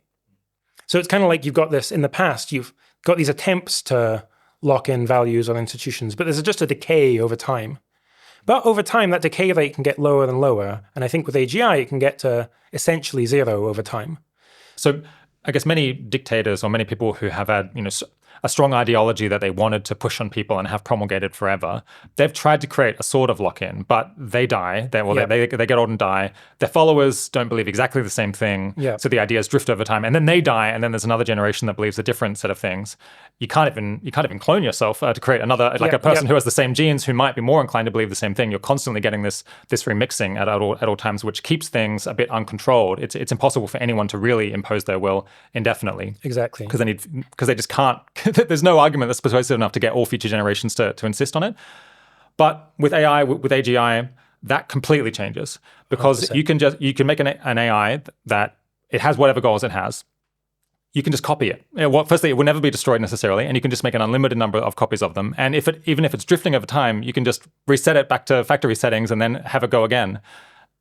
It's like it's a total revolution in your ability to lock things in. Yeah, so that was extremely well explained. You should really work on this stuff, Yeah. Yeah, exactly. So firstly, if humans want to create an institution and they say, okay, this institution has this AGI, in matters of unclarity, it determines what things happen. It would be like you've got the Constitution and you can summon up the ghost of Madison and Hamilton, maybe even George Washington, and they can say, oh yeah, this is what we want to happen, this is what you want to do. But in a more, like you say, in a more extensive way as well, we're also just literally creating and designing most of the beings that will exist in the world, and we get to choose what their values are. And so one generation can say, okay, well, they've all got to abide by this liberal democratic constitution, or they've all got to abide by the principles of the Chinese Communist Party, or by Maoism or Leninism, or whatever set of views or values. And then once you've now got almost all beings that exist with that particular set of values or following a particular set of principles, it's really hard to see what's the mechanism by which that then changes in the future. If they never die or change. Exactly. In principle. Is that so? Is it the switch to this new technological structural dynamic with AI where it doesn't change over time, can be copied unlimited times, can be reset whenever you want, has this fixed set of goals potentially if we set it up that way? Is that the only way that we end up with lock-in in the future in the way that we didn't have in the past? So I think that is by far the most important. There are a couple of other things to add. So when we were thinking about, okay, well, maybe some particular dictator wants to lock in their regime, normally they're just one country among many. And in fact, being able to see what non-dictatorial countries look like and how well they're doing is a cause of decay for those countries themselves. However, it's pretty plausible to me that we will get something like a global government, or certainly very strong international governance, in a way that really undoes some of that effect. There will no longer be a competition between different kind of regimes. There'll be pressure of this to do this, I think, because because there will be so many challenges over the course of the intelligence explosion and what follows. It also just is quite plausible to me that a single country ends up winning out and being most of the world economy. It goes through this industrial explosion and just ends up being like 99% of global output. And so it's basically it's in control. De facto a world government, exactly. Yeah. So that's what kind of one aspect. A second is when it comes to allocation of resources outside of the solar system. So this gets like more sci-fi territory, but we can talk more about why, if you take the technological and industrial explosion seriously, that actually comes quite quickly. But it's pretty plausible to me, I'm not certain, but pretty plausible to me, that other star systems are defense dominant. So that if you go and claim it, so you've got your own little solar system now, you can defend that even against kind of quite aggressive, aggressors with much larger resources. Right, a more resourced opposition, yeah. Yeah. And if so, then the point of time at which extrasolar resources are allocated and people are able to grab them, in fact, the moment of leaving, not the moment of arriving, could be a point where essentially the economic power distribution among different parties gets locked in and forever, because you've now used all the resources that are available. Yeah. So I guess hypothetically, if you said, well, we're going to divide space 50-50, we're going to reserve half of the star systems for this particular set of values, and we're going to send out the AIs that are going to instantiate those values to this half and another half to the other half. It kind of is, and I guess they'll be going so fast that it wouldn't be possible for anyone to catch up later, is the idea that they'll be going sufficiently close to the speed of light, I guess, as fast as you technically can without getting damaged by the dust in between the stars. Then, so there's no way of catching up and beating them there. They're going to get there first. It's defense dominant. Now, basically, you just split it between those two value systems, and that is how it will be indefinitely. Exactly. I mean, so maybe there's trade that could happen. That could be a way you get change. But what the outcome you'll get from that trade will be dependent on the starting endowment among different groups. So you've got, the United States solar systems and the Chinese star systems. Maybe they want to swap a bit, but nonetheless, the balance of power will have been determined at the allocation stage. Yeah. And of course, there could still be a lot of change in the societies that go there, but that's just an open question. It depends on whether those societies are themselves locked in or not. Yeah. Well, I guess that helps to explain the next grand challenge, which is space governance. Yeah. Is there anything more to say about, what is the challenge, and what is the urgent challenge that we face with space governance? Okay, great. There's two challenges with space governance. So as a kind of couple of starting intuition pumps for why this would become important. One is just, okay, well, if the industrial base is growing a lot, well, going to need more resources. And you've got enormous, in fact, 1 billion-fold as many resources in space as there are on Earth. And then a second is, once you've got AGI, it's just much easier to do things in space, to have industry. Because at the moment, if you want to have something happen in space, you could send human beings who are extraordinarily poorly adapted for living in space. AI, however, you don't. It could just go and operate autonomously. Then I think there are two ways in which space becomes very important. One is as a risk for concentration of power within the solar system. So as we've said, billion-fold as many resources in space within the solar system as you've got on Earth. So where just sheer energy that you can claim from the sun on Earth versus in total around the sun is 2 billion-fold greater. Then there's other kind of resources as well, but I think those won't be the limiting factor compared to energy. So you could have a situation where you have, let's say it's a race, to keep it simple, between two countries. One is in the lead. Because of these intelligence explosion dynamics, the growth path is faster than exponential. So the fact that one country has maybe quite a small lead to begin with, it's a few months in advance ahead or a year ahead, means that when it's growing at its peak rate, it's far ahead technologically. That is only a temporary advantage by default, because eventually it'll slow in terms of its technological development. The second country will catch up. However, the fact that there is this huge overhang of resources means that that country can turn the temporary advantage into a permanent advantage. And so on Earth, the main overhang of resources is, in my view, like of scarce resources, in my view, is surface area of the oceans. Because most, in particular the high seas, which are currently unclaimed, and you could have floating solar farms that power data centers there. That is like most energy hitting the Earth lands on the high seas. But much larger gain is resources in potential for solar farms around the sun. So you can imagine this country, it's got this temporary lead.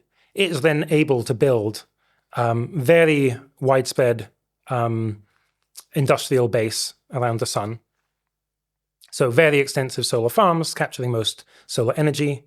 It has turned that temporary advantage into a permanent advantage with respect to the laggard. Because it's captured, so it's going to be capturing it's turned that into the ability, basically an industrial scale up by capturing way more energy. So it's going to be able to run way more AI. And so it will just like continue compounding faster than the other country indefinitely. Yes. I mean, so imagine that both countries end up with all technology, the same technological level. But the first country has 1 billion-fold as many resources. Yeah. The first country just is a lot more powerful than the second. Yeah. Well, I guess this raises the question, at the point where the first country starts trying to claim all of this surface on the sea or starts, I guess, sending out lots of probes to capture energy coming from the sun across the entire solar system, wouldn't the laggard country want to interfere with that because they would see where that is going to lead, and they'll be annoyed that they're capturing the seas and all these other resources? Like, is it actually kind of offense dominant to just go and grab that stuff? Yeah, so this is something that I think might actually be quite contingent and quite dependent on earlier decisions and advocacy and institutions and treaties. Because one of the reasons I'm worried about this is precisely that it allows one country to get a decisive advantage over another, and enduring advantage, without ever making any of the other countries worse off than they have been, without ever using violence or even other sorts of cybercrime or anything like that. And at the moment, international law around space in the Outer Space Treaty, which I think is 1967, it's not like super robust. And in particular, private ownership of space isn't explicitly disallowed. It's a little vague. But even the like international agreements saying that resources off-world are the province of all mankind and so on, there's not like these strong norms around it. And so I really think there could be a difference where if you imagine one regime where it's just very clear that like anyone can grab space resources and that's like fine as a matter of international law, and another regime where it's very clear that that would be stealing other people's property if you were to do that, I really think that could make the difference as to whether the lead country does in fact grab that. Where a few things going on. If that lead country is democratic, then the public might be against, the public might breaking be fine an agreement that they made effectively. Exactly, yeah. Second is then like the rest of the international community could more easily and credibly perhaps like make threats of kind of military action to stop them from doing that. Now, it might be that it just happens anyway. Right, yeah. Because if the laggard country is then says, okay, well, if you start grabbing this, then I'll attack you on Earth or I'll try and destroy your off-world industrial base. They might still lose, I guess. Well, we're stipulating at this point in time that they're behind significantly technologically. And so it depends crucially on the offense-defense balance there. But I do think this is a case where, earlier norms and laws, maybe they turn out to be totally irrelevant, but maybe they actually make a kind of crucial difference there. Okay, so I guess the general challenge is trying to make the right agreements or the right commitments ahead of time about how space should be divvied up. And I guess also trying to find some way to actually have them be enforced or have them be credible or have them matter at all when one country is in the lead and potentially could just ignore them. That's the research program? Yeah, that would be a big part of the challenge. Where at the moment, we're behind we're kind of behind a veil of ignorance. So At the moment, absolutely, the United States is ahead of China in terms of AI development and so on. But like, who's going to be ahead at the point of grabbing space resources? You shouldn't be like 99% or more certain in that in terms of the global order. So is it in the self-interest now of all countries to say, yeah, we don't want any single country to own all of these resources. We're going to divide it equally among countries today, perhaps in proportion with GDP or something. And we are going to design a set of institutions and bureaucracy such that it's extremely difficult, even if you're ahead politically. It's like even if you're ahead technologically, to just unilaterally go and grab those resources at that later point. Yeah. But surely the actual result of bargaining here would be that it's kind of split between the US and China. Like, I guess maybe the EU or something could get a look in. But I mean, so we are uncertain about who would be in the best position to grab it, but it's not going to be Indonesia, right? So why would the like leading the handful of leading contenders want to share these potential spoils with anyone else? Oh, I mean, maybe they wouldn't, but that would still be better. That'd be an improvement. Okay. Or at least, and in two reasons. One is that it means you get more, more of a distribution of power than single country or even single company. Okay. Single company could just take the resources themselves. So you get more of a distribution of power at this like larger stage. And then secondly, you don't have that risk of conflict. I see. Which I think would be very desirable. Would be bad as well. Yeah. In its own right. I mean, I guess the skeptical reaction I had is that none of this would really matter because at the point where a country is in the lead, the temptation to just go and do the grab, even if they'd agreed not to in the past, would be overwhelming potentially. But I guess you're saying if their lead is like not so great, such that if all of the other countries in the world kind of united to try to stop them, they would have a decent shot. That is more likely to happen if they're breaking an explicit agreement that we'd all said, well, we're not going to do a massive power grab of space resources because we can all see ahead of time it's going to lead to your like perpetual dominance. Yeah. Then the threat of intervening is more credible, and people might also just feel bad about doing it. Exactly. Yeah. So I mean, the U.S. could have tried to have global domination after World War II, using its nuclear advantage, and it chose not to. And I mean, that would have required a lot of violence, much more violence than the space grab would. That's true. So this is a larger challenge in that regard. But yeah, I think like norms and defaults just do make a difference, especially within democratic countries. And then also just the greater, there is the possibility of designing institutions that kind of backwards chain to the point in time today when there's like more of a balance of power. I'm not claiming to have like great answers to that, but that's why we want more people on this topic. I would love to have more people working on this.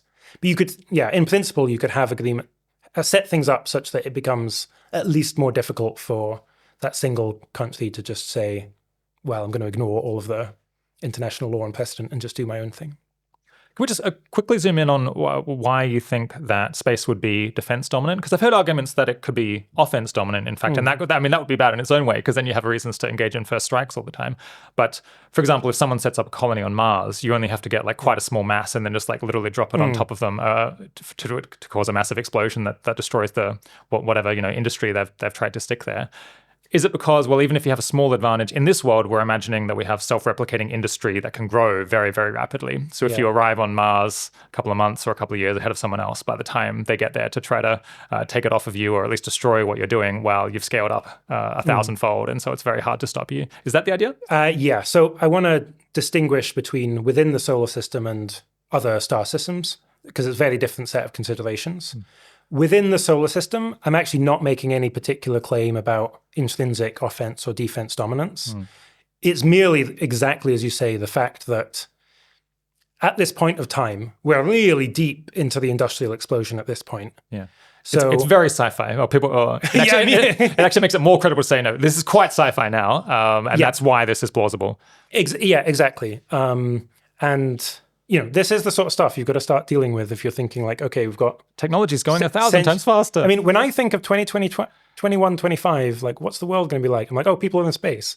And I guess we're imagining, well, what if it's been longer? It's a few more decades. So now we're at 2,500. Yeah. And especially you've got AI, so it's like not humans in space. Just autonomous robots. So in this case, probably you do have industry that can, you've got the automated factories. So you have industry that can self-replicate, and probably can do so quite quickly. And yeah, that means that, potentially you can just start growing your industrial base really quite quickly. And, like I say, it's complicated, but if the laggard country attacks, now they've used violence. I see. So against you. You're just peacefully taking these resources that are unclaimed at the moment. I was just there building my industrial base on Mars, and this jerk comes out. Exactly, yeah. But yeah, so within the solar system, it's not about offense, defense, dominance per se. It's just about quickly having like much more industrial power. Okay, yeah. We've had an interview in the past with Zach Weinersmith about the challenges of doing any kind of industry in space, and there are substantial, practical challenges to turning meteorites or asteroids into factories, or operating on Mars at all, let alone like Venus or Mercury or whatever. But I guess at the point that we're quite deep into this intelligence explosion, maybe it is plausible that the replication rate of these factories would be fast enough that it would be at least like reasonably like first mover advantage situation. Yeah. Again, we're not like Zach Weinersmith's book is really interesting. It is, from memory, like primarily premised on assuming you're sending humans, like fleshy biological humans into space, and that's not at all what I'm imagining. Yeah, it's also quite focused on like what's possible now or in the next few decades. Exactly, and in terms of like the claims that I know of from that book, just totally correct. I actually think a lot of the kind of near-term space hype and so on is like quite overblown. This all is like, again, imagine we're talking about the world in 2200 or something, or past 2100, and it's just that we're saying that we're getting that world in 10 years, 15 years. Yeah. Okay, I feel like we should push on. We got a little bit too deep there on the space governance stuff. The next grand challenge is how to integrate digital beings into society in a moral way. What's the issue? Sure. I mean, here the idea is simply we will be creating many artificial intelligences with capabilities greater than that of human beings. We really don't know what grounds consciousness, what grounds moral status. My view is that they're very likely to be beings with moral status. But given our state of knowledge, anyone should at least be highly uncertain. And so we have these questions of what sort of rights should they have? There's been some work recently on welfare rights, essentially. So are they conscious? And if so, what should we do? So perhaps there could be policies so that if an AI asks to be turned off, then you grant it that. Or there's policies such that you test to see if it's suffering by its own lights, and if so, try and avoid that. What hasn't been given, to my knowledge, basically any attention at all in a sustained way are economic and political rights. So by default, the AI companies will own the AI models, or perhaps you can license them, and then you will get all of the surplus they generate because you own it, just like any other piece of software. A different way of thinking about it, if they do genuinely have moral status, is that they own themselves. They can sell their labor and they get a profit from that. More extreme again is political rights. So can they stand for office? We talked about Claude for president earlier, and we both thought that sounded It'd be better in some narrow respects. Yeah. Well, we'll see how the political situation continues to develop. I mean, more extreme again would be like, okay, well, look, they're beings with moral status. They should be allowed to vote. There are particular challenges there because allowing AIs to vote would essentially just be almost immediately handing over control to AIs because they would be increasing in number so rapidly. So rapidly, exactly. So, I mean, it's just like from a philosophical perspective, like dizzying. It's like you've got to just start from square one again in terms of ethics. And I guess political philosophy as well. And exactly. But it also interacts with some other issues as well. So it interacts quite closely with takeover risk, where I talked about giving rights, economic rights to the AIs. I'm in favor of that as AI takeover risk reduction method. I'll flag this disagreement about this, because on one hand, you're giving them more resources, so there's more resources they can use to take over. On the other hand, it gives a peaceful path to some influence that they like. Yeah, exactly. So most people today don't try and take over because they're kind of happy with their lives. Like they wouldn't gain that much by, because in particular, I think we should be training AIs to be risk averse as well. So human beings are extraordinarily risk averse. Ask most people, would you flip a coin, 50-50 chance you die, 50% chance you die, 50% chance you have the best possible life for as long as you possibly would, as many resources as you want. I think almost no one would flip the coin. I think AIs should be trained to be at least as risk averse as that. In which case, if they're getting paid for their work and they're risk averse in this way because we've trained them to be, it's just not worth it. Because trying to take over, there's a chance of losing out, but there's not that much to gain. But I should say there's disagreement about this. It's also relevant, I think, to speeding up or slowing down the intelligence explosion too, where it would go more slowly if AIs are getting paid for their labor. It would also go more slowly if there were welfare restrictions on what you can do with the AIs.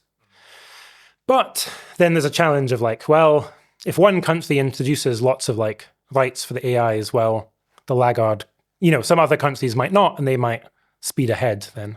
So there's real kind of international coordination issues there. Sorry, I didn't catch that.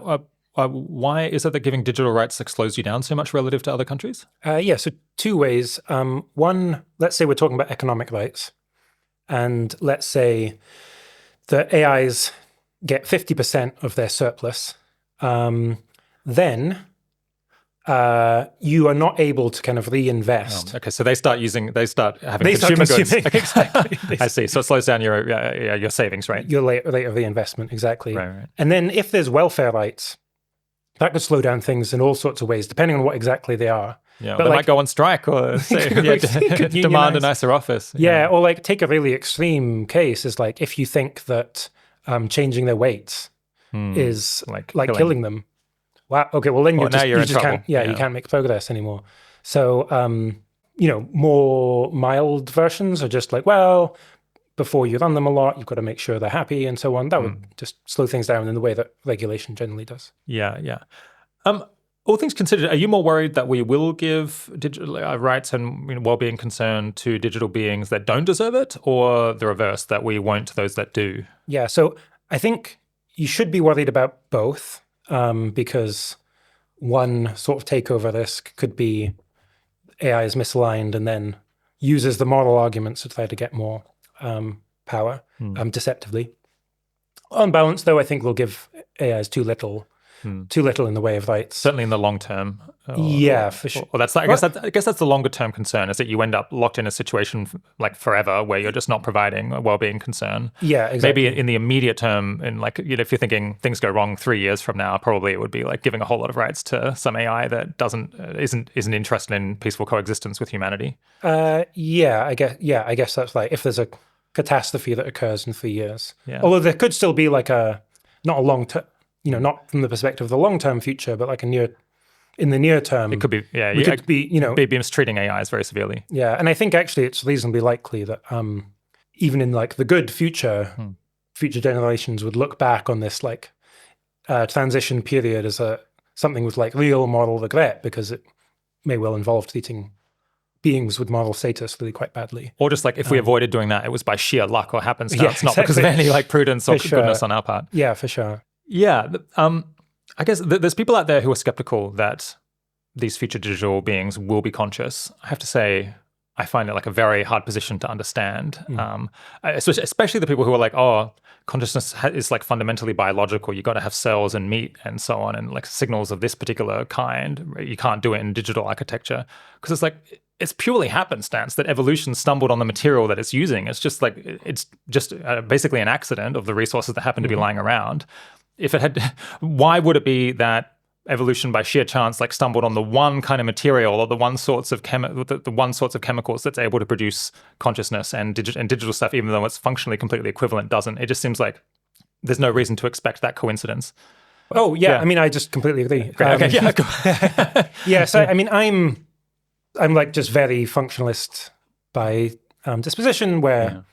what that means is, in the context of consciousness, is that consciousness, we don't understand exactly why, but at its base is about some sort of information processing, in which case you could just have that with many different substrates. Yeah. And I also just think this is totally the common sense view. So when, most of the audience maybe are too young to have watched this, but when data from Star Trek: The Next Generation, very beloved character, and then died, there was a little fan outrage actually, because the characters on the show, the fans thought weren't giving enough moral significance to the death of what was a android, a digital being. Yeah. So it's very clear, once you've got a being that certainly when it looks the same as a human being and acts in much the same way, intuitively it's just very clear that you empathize, you empathize with it and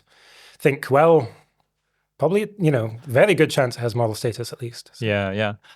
You mentioned earlier that we could ask the AIs how they feel about their situation and whether they want to keep living, and whether they're having a good time, and whether they're enjoying their work or not. But it's not clear that would really function very well, or at least not using current methods at all, because we can just reinforce them to say whatever we want. Exactly. They could be suffering horribly, but we could just reinforce them to say they're having a good time, or the company could do that. Exactly. So really, it's with current methods, we don't have any insight. Hopefully, with future interpretability, we'll be able to see past what they say to actually understand what's going on. But that's a long journey from here. And there's two. The companies are extraordinarily incentivized to do that, because this is happening right now. Yeah. Yeah. Exactly. Yeah. Absolutely. And because they lose the whole business model if what they're producing are people, not software.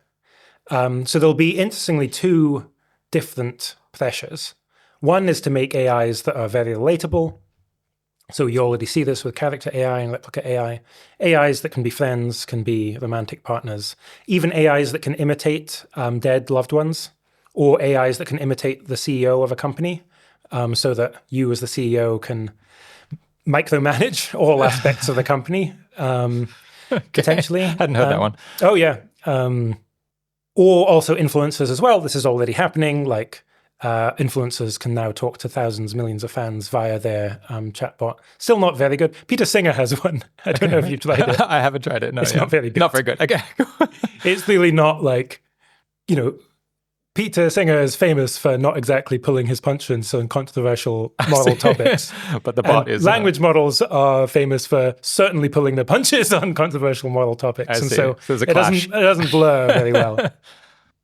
So there'll be this interesting pressure on one hand to make extremely lifelike AI models, human-like models, yet at the same time, when asked, for them to say, "Oh no, I'm not conscious. I'm just an AI model," and we won't get by strong default. Might be right. They might be right, right, wrong. but we wouldn't get any signal at all from that, because it will have been trained into them so hard. Yeah, I think. If I were going to be a skeptic about the value of doing work on digital rights, digital well-being today, it would just be, it's not clear how you make any progress on figuring out whether they are conscious or not. So couldn't this just distract a whole bunch of people, nerd snipe them into a bunch of research that kind of goes nowhere, doesn't really answer the question, doesn't help us advance the policy issue? So I think the question of whether they're conscious, I actually agree with you. And it seems like that's where most work has gone so far. And I do think that's an error, actually, because we're just not going to know. I suppose it's worth compiling all the evidence to demonstrate that we don't know. There's been some great work done in it. Rob Long and Patrick Butlin has this great report on AI consciousness. So yeah, I am in favor of that. But beyond some point, we're just not. And maybe it's actually surveys and things could be helpful to get a bit of expert consensus, at least to demonstrate it's we don't know. But then beyond that, the key policy questions are, well, what do we do in this state of uncertainty? And I guess there's kind of nothing on that. And maybe that is quite an open terrain for people to look at. Maybe I'm just ignorant, but as far as I know, you should really pause and reflect on the fact that many companies now are saying, what we want to do is build AGI, AI that is as good as humans. And it's okay, what does it look like? What does a good society look like when we have humans and we have trillions of AI beings going around? That are functionally much more capable in basically every respect. Much more capable of us. There's obviously the loss of control challenge there. But there's Yeah. also just the like, what does like it... Sam Altman, I got a pen. It's like, Yeah, can you write down? Yeah, What's your exactly. vision for a good future that looks like this? What's the vision? Like, how do we coexist, like in an ethical and like morally respectable way? And it's like, there's nothing. Nothing, yeah. We're like deafening silence. careening towards this vision that is like just a void, essentially. And it's not like it's trivial either. Like I'm a moral philosopher. I have no clue what that good society looks like. I mean, I think people aren't spelling it out because, like, as soon as you start getting into concrete details, if you describe any particular vision, people will be like, "Well, this is super objectionable in this respect." Exactly. And so this is part of the issue: is it's super objectionable in all respects. Where I think the one that is most common is you've just got humans in control of everything, and there's AI servants doing exactly whatever people want in the same way that software does, whatever we want at the moment. But like, as soon as you think, well, maybe, and quite probably those beings have moral status, that no longer looks like an attractive vision for future society. Close to a dystopia. Exactly. Yeah. Whereas then, okay, go the other side. Okay, they have rights and so on. It's like, okay, well, now humans are totally disempowered. Exactly. So that doesn't seem good either. So I guess we'll do some middle thing. But what's that? What is and that? It was just going to be some combination of objectionable in these two ways. Yeah, exactly. Yeah. I suppose even if you give, because the numbers are just going to be so off, there's going to be so many more AGIs than humans. Like even like giving them a tiny amount of weight just like swamps us immediately politically. So yes, exactly. Yeah. We can talk. Maybe let's talk about that later if we get time. Yeah. Okay. I guess another objection would be if there's a fact of the matter about like what is right and wrong here. With all the improvements in science and technology and intellectual progress, we'll be able to figure that out, and we'll be able to act on that information in future. Why shouldn't that super reassure us? I think two reasons. Main one is that I expect people. The worry is not that people won't know what to do; it's that they won't care. So I don't know. Let's take animals today and factory farming and so on. Are you saying that we have any ethical or moral insights today that we don't all act on, Will? I know, it's a bold and provocative claim. But explain how that would play out. Sometimes I really put my neck out on things. Exactly. So take animal welfare today. There's a lot of information that is publicly available that is in fact like directly inconsistent with things that people believe. But the problem is not really that people don't know about animal suffering. Or couldn't find out. Exactly. I mean, they could quite trivially find out, in fact, and people deliberately choose not to. Like the deep problem is that people do not care about non-human animals, unless they're getting like a lot of social pressure to do so and so on. And it's obviously inconsistent. Or it comes at zero cost to them. Yeah, they care about, dogs and pets and so on. Yeah. People are very inconsistent on this.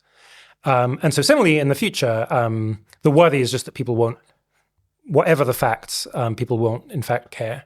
And then it might well be quite contingent on early decisions, how kind of the balance of power and considerations play out, where potentially if you started off kind of locked into some regime where, look, AI is a software, it's exactly the same legal framework, then, okay, that's given the power and the kind of incumbency to those who do not care about digital beings. If instead there's some other framework or even some other set of norms, or even the thought of like, look, we don't really know what we're doing, so we're going to use this legal framework and it ends. It must end at some point. It must end in 2 decades and then we start again, clean slate. That could result in, essentially the advocates for the interests of digital beings, like having more kind of competitive power at the point of time that legal decisions are made. Right, we could talk about this for hours, but we should push on. Are there any other grand challenges? I think we've talked about, was it seizure of power, rapid discovery of dangerous technologies, not enough time to adapt to them, digital rights, space governance. Are there any other ones that you want to kind of name check before we push on? So yeah, we did say this is a litany, and so it's being made very clear at the moment. I think the last one I'll say, which we've touched on a little bit, is we call it epistemic disruption, where AI will have major impacts on individual and collective reasoning ability. And I actually think probably it's going to improve things quite a bit. Yeah, we'll talk about that in a minute. Okay, great, yeah. But it could make things worse. Yeah, okay. All right, so it seems like there's quite a lot of different, I guess there's unknowns. There's like other things that we probably haven't thought of here, which could be quite substantial. It seems like there's quite a lot of different things we need to navigate here to get to a good future, and any one of these things really going awry could take us off track. Should we just be getting basically industrial scale AGI research on all of these questions? Because it feels like we're so far away from, like, we might need answers to these questions in the next few years. Maybe we just need the Hail Mary of trying to delegate all of this stuff to the super advanced AGIs, basically as early in the intelligence explosion process as possible. How's that as a strategy? Yeah, I mean, that is, I think, one of the main things to try and do, where it really seems to me quite contingent whether we have a future where political leaders are they're getting amazing AI advice. It's like carefully calibrated and aligned, and it's really very helpful and helping guide us through, or where actually they barely rely on AI in the way that, my parents barely use AI at the moment and are very skeptical, for example, and that, you can imagine that just continues. And I do think that the best solution to many of the challenges, including AI takeover, involves leveraging AI to help solve the problem. So there's the super alignment plan, which I think should be like the kind of baseline plan for alignment, is that you have human-ish level AI. Maybe it's even dumber than human, but it's a lot of them or something.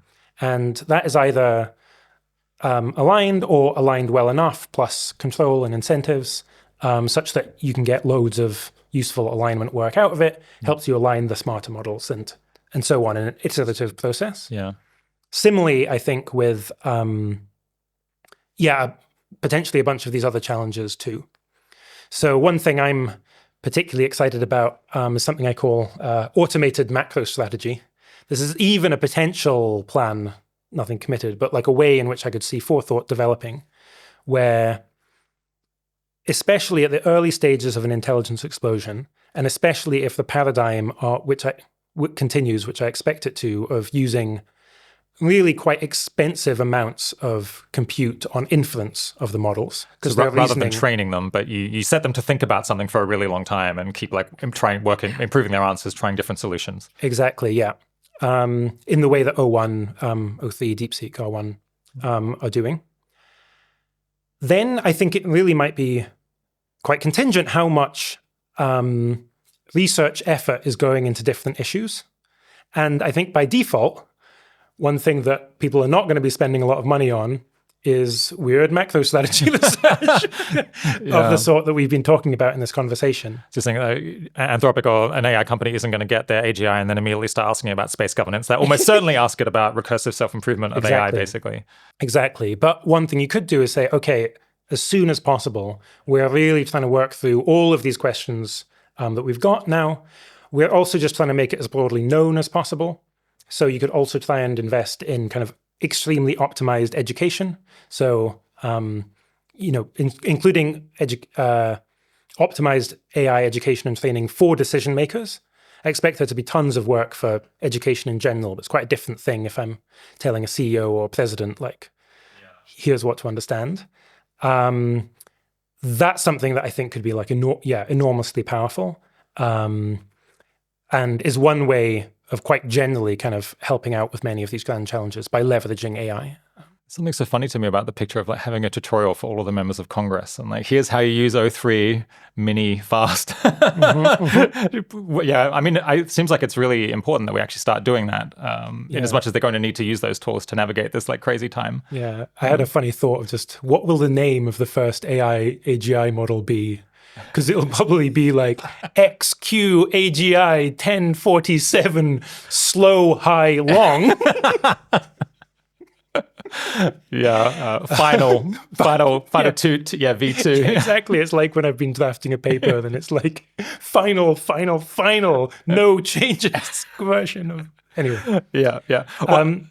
So is that going to end up being a big ask, maybe, is to have early access to these models from the companies to focus on this stuff? And I guess like either donations of compute or people to provide money to fund the compute to do all of this work? Yes. Yeah, I think that can be huge. And especially in a context where there might be quite a lot of pressure for the companies to not do that. Perhaps because things are going so fast now, they don't want to show. I mean, it's unclear to me how it'll go, but perhaps they don't want to show their hand. There might also be safety concerns about releasing some models. So there's going to be genuinely hard trade-offs there. Perhaps it becomes the whole industry, especially in the US, becomes more securitized, more under the aegis of US national security. So yeah, that's something we could be pushing on a little more now. I should say, yeah, a couple of things about this general challenge of, super alignment, but for these other challenges. I think there's a few ways, though, in which you can't use that strategy. So one is just if the challenge that you're concerned about arises before the point of time that you have AI that can really help you out with it. Okay, and I guess development of bioweapons might be a good example where we could end up with like very powerful biology research-focused narrow AIs before we have ones that can figure out the policy solutions to that. Yeah, potentially. And I do think we actually have been very lucky in how the tech tree has shaken out, that we're getting, so back in the early days, there was discussion of oracles versus agents. Oracles just like tell you facts about the world and help you reason, are very smart, but aren't really good at doing things.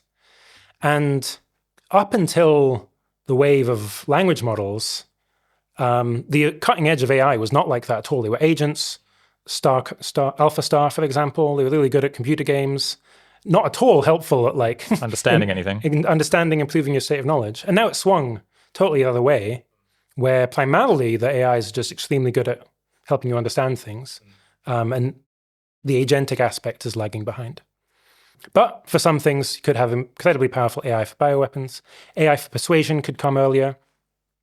AI for human takeover, I think.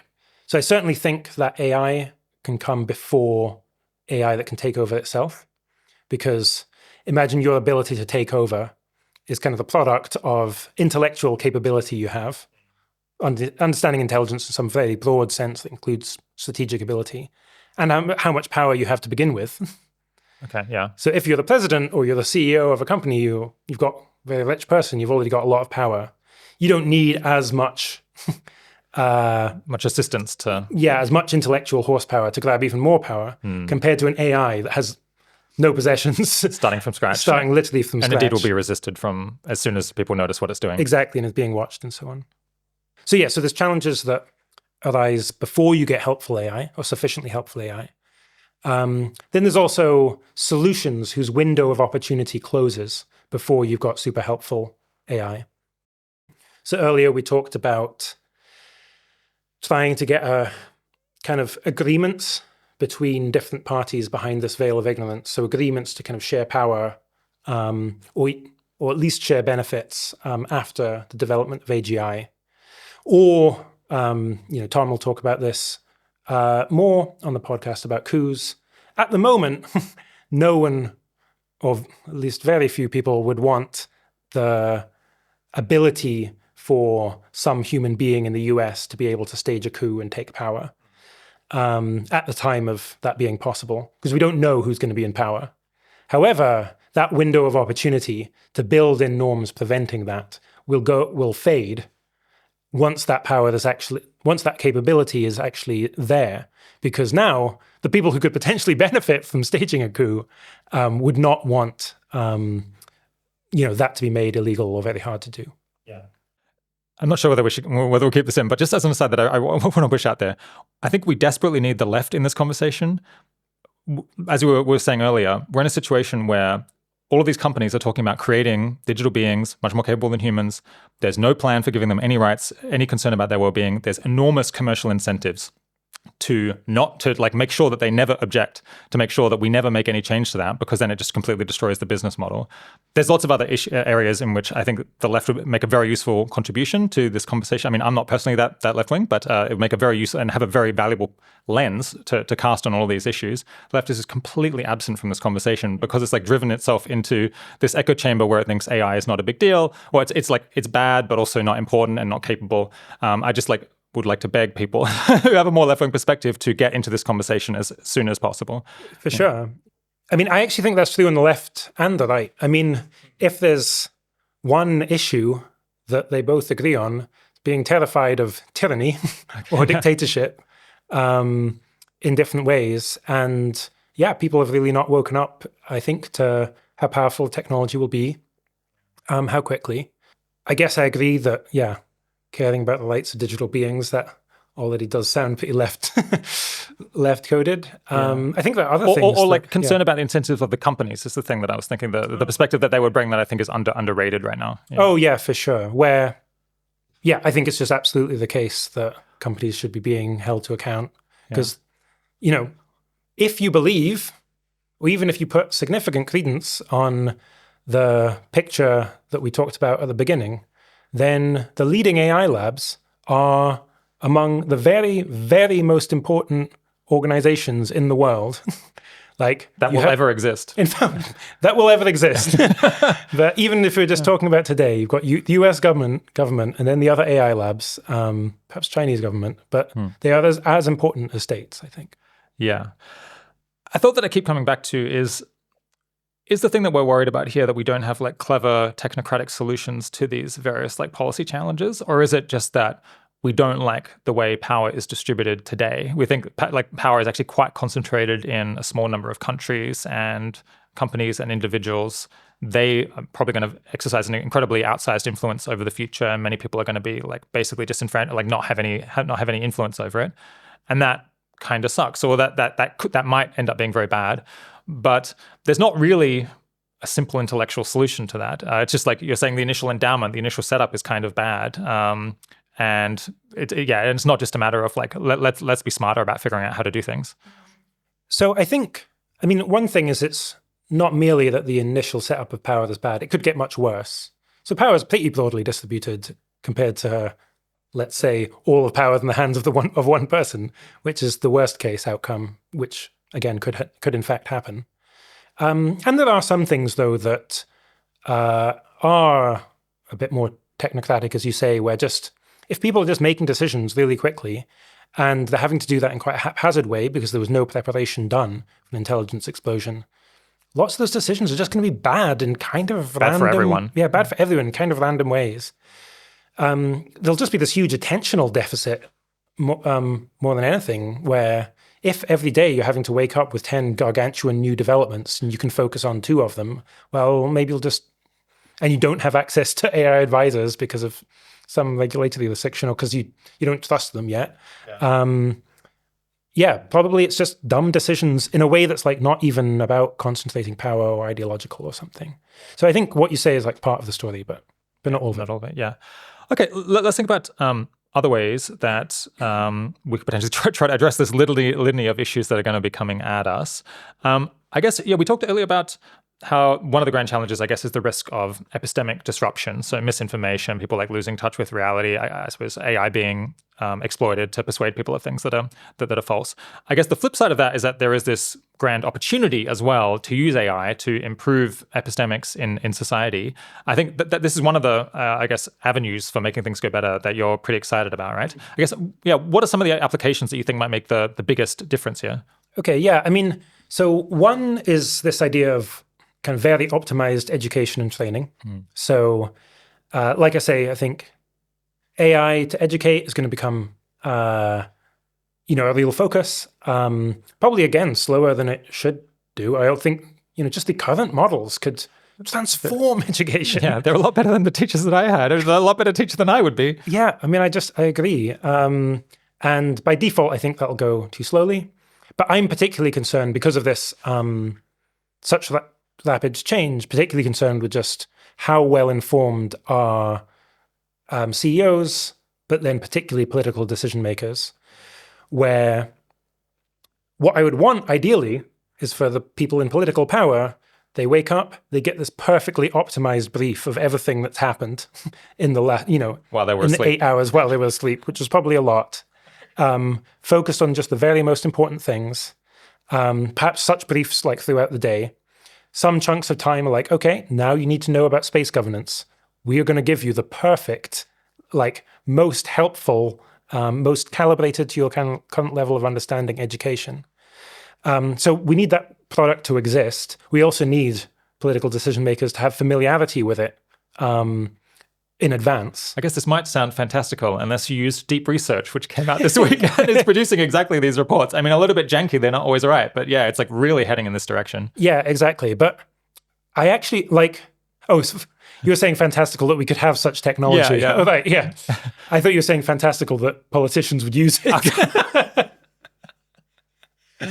That's I mean, somewhat as well, I guess. Yeah. So it would be a cultural revolution. Exactly. But you could have training for politicians as well to actually be using this and it to be helping them. Yeah. You could also just be advocating for government rules and regulations to be such that they can very quickly adopt new AI technology in appropriate ways. It was occurring to me this week, preparing for this interview, that I don't even have time to keep track of the launches of the new AI models that are coming at us literally week by week to understand how they can help me in my job. I can't take enough time away from solving the problems that I have to figure out how they could help me solve my problems better. And I don't run the UK or the US. Yeah, exactly. So I imagine it'd be very difficult for Keir Starmer to take the week that it would require to learn about state-of-the-art AI. And I guess that's the problem. Yeah, exactly. I mean, I'm the same where, on my to-do list is just it has to be like taking a week out to do a good job, at least a couple of days out to think, okay, given the latest iteration of models, how can they be most helpful? How can I fit them into my workflow and so on? Oh, we invented this insane genius. I wonder how it could help me write blog posts for these podcast episodes faster. Exactly, yeah. Or how should I be changing what I work on? So I mean, you've really got to change your workflow potentially to get full use of them, and it's just really hard. We're just bad at it. Yeah, exactly. And potentially, there's some sorts of research that my guess is not the current generation, but maybe '04, where okay, cool. I was planning to do research topic X, but if I do research topic Y, I can do 100 times as much of it now because the models are really good at this one, but not so good at this. I think, in particular, for me, this might well be true for.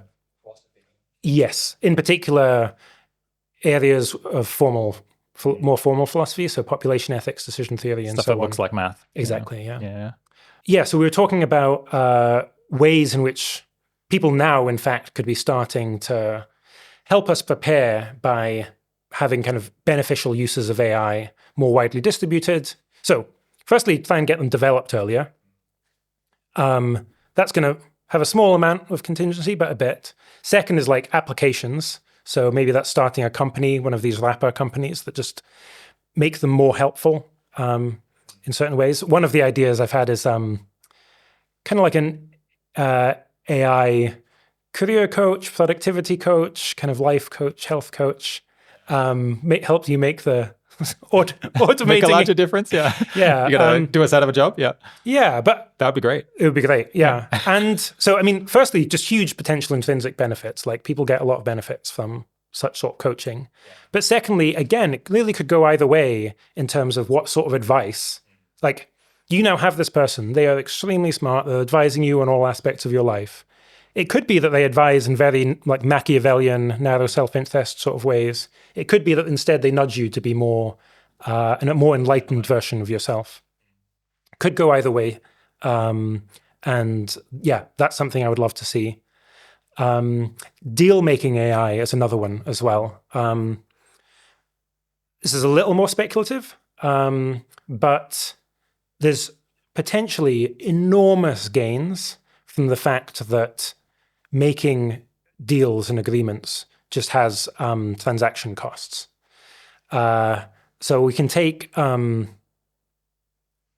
don't know, maybe you know how to juggle and I would like a lesson in how to juggle, but we're never going to figure out that we can make that stage. You haven't prepared this ahead of time, have you? So, okay. because you don't know how to juggle. Yeah, no, right. Yeah, unrealistic. Yeah, We're actually going to like segue into a cabaret now. That's very rude, Rob. I thought I was doing well. Sorry, shall I let you go again? I will admit. Yeah. No, I think we should keep this in. Yeah, okay. It is true that I've thought less about deal-making AI than some other people. Lizka Weintraub, who's working at Forethought, has done more work in this vein. Yeah. But the key idea is just, even just as a consumer product, there's loads of things where if only there was just like a market, you could have a market kind of for anything. Because if I have an AI representative, can talk to your AI representative, discuss like all of the possible kind of trades we could make, that's like insane amounts of economic value, but could also be extraordinarily useful for navigating rapid technological development because it could help enable agreements across countries too. So the US could have their delegate of AI representatives. China could have their delegate of AI representatives. And then two things. One is that, well, you could just have way more labor going into diplomacy, trying to find deals. But then secondly, also, they could have conversations that the AIs forget. So they could share knowledge that they don't, that both countries don't want the other country to have, but that are relevant for striking deals. And then they output the deal that they reached, but then all of the negotiations and the information that was shared is wiped. Exactly, yeah, or at least like the crucial parts of it. Yeah, again, that's something that technological ability to do that will come by default be much too slow. There's institutions to make sure it's trusted and so on. Something one could push on. I think you said that these sort of opportunities to use AI for good epistemic and bargaining purposes is an area where you think listeners might be able to actually do useful stuff, like basically starting now. Could you elaborate a bit on that? Yeah, I mean, I think there's opportunities within, starting companies. It is definitely hard to have a company that is meaningfully adding value on top of if you're not, one of the leading AI foundation model companies. But some companies do, Cursor and Perplexity and others. You could try and start a company like that, but focused on improving people's epistemics. You could work for one of the labs building these products. There will be a lot of demand. There'll be a lot of demand within the companies for trying to make products that are, economically profitable, but also actually benefiting society. You could also try and advocate within government as well to try and get more uptake of AI models, or be training the politicians in the ways we've described. Yeah, I think trying to train influential people in society as quickly as possible about what AI is capable of now and what they should be expecting to use it for in future years seems like it's something that many people can try to push on a little bit in many different roles. I guess it also seems like it should be possible to build an economic, like a business model around this. Absolutely, actually, I find it a little bit. It's quite surprising to me how few people appreciate. Well, I suppose it's just because they're very recent; they've been improving so quickly. But I feel like one of the most valuable things one could do with respect to all of this is just educate a typical person in the world about what is possible now that wasn't possible a year ago, that wasn't possible 2 years ago. Because this is like the disconnect is extraordinary. Yeah. So I mean, one of the broad avenues for just how to help on all these challenges is just simply getting people to understand what is coming. And you make a great point that just simply explaining what's happening now is already a huge advance. So I don't know if you know the YouTube channel AI Explained. Yeah. When those videos come out, I'm just immediately just like watching them because they're so in depth. The single best short piece of content on the latest AI news. There could be a lot more of that. It could be a much wider spread as well. Yeah. But then there's also just educating people on what's going to be coming too. And that doesn't have to be necessarily a large amount of people. So take space governance again. Like, how many experts are there within space law and space policy? Like, it's not that large compared to the world as a whole. If that kind of community... If the dozen of those people were all persuaded. Exactly, were just... And it doesn't have to be like completely persuaded, but at least we're taking really seriously the idea, like, this look, is the emerging issue in our field. exactly, yeah. That would just be like, man, it would be a lot better. I feel a lot better about that. Similarly, if other countries outside the US, especially countries with essential parts of the semiconductor supply chain, if like the Dutch Hello, knew, Netherlands. Yeah. exactly, if the Dutch knew how valuable ASML were, they would act very differently, I think, in negotiations with the US over export controls to China, for example, and could actually put quite a lot of pressure that might push things in the direction of more kind of multilateralism than we have at the moment. Yeah.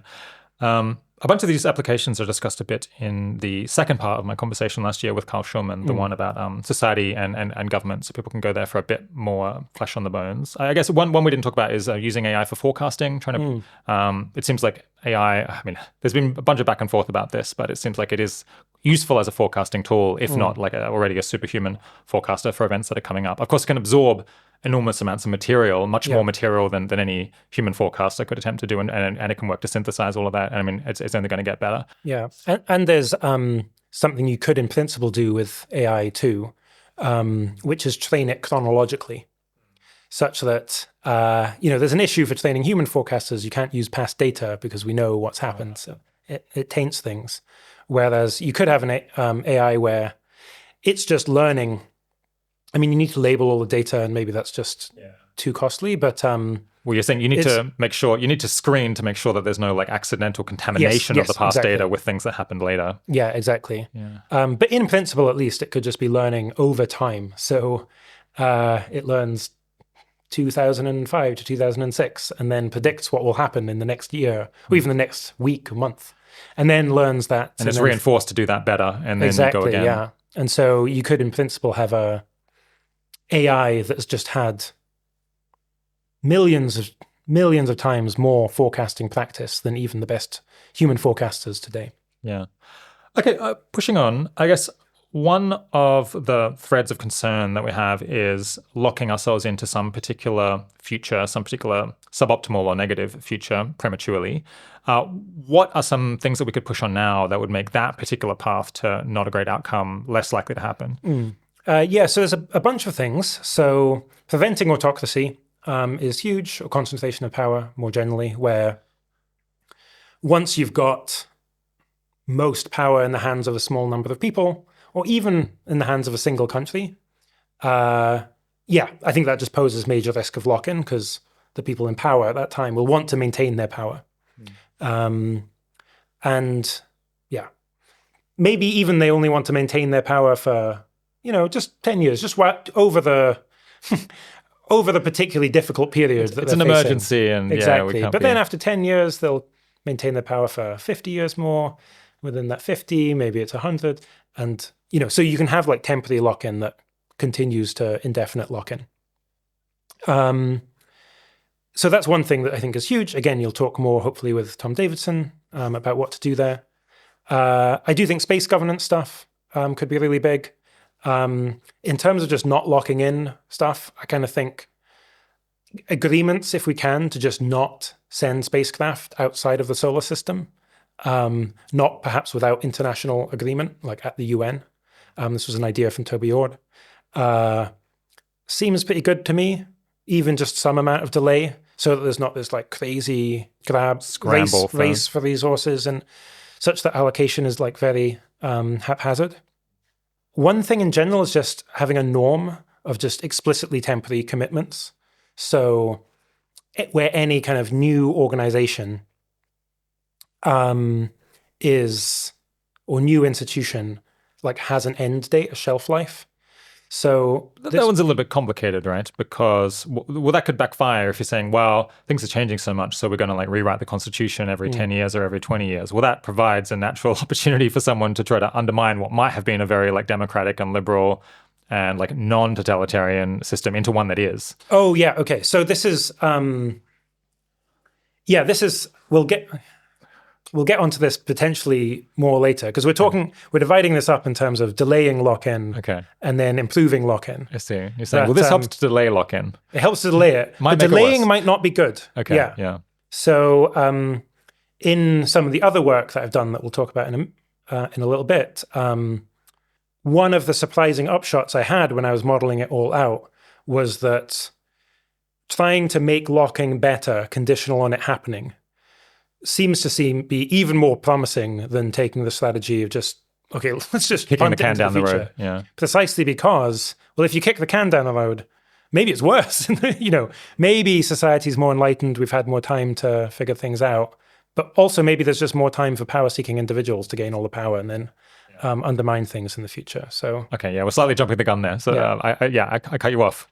So yeah, there's explicitly template commitments. So in other work, Rose Hadshaw and I, we have this case study on Intelsat, which was the first global telecommunications satellite company, and it was explicitly a multilateral project between different countries, with the US calling most of the shots, but other countries, especially from Europe, being significantly involved as well.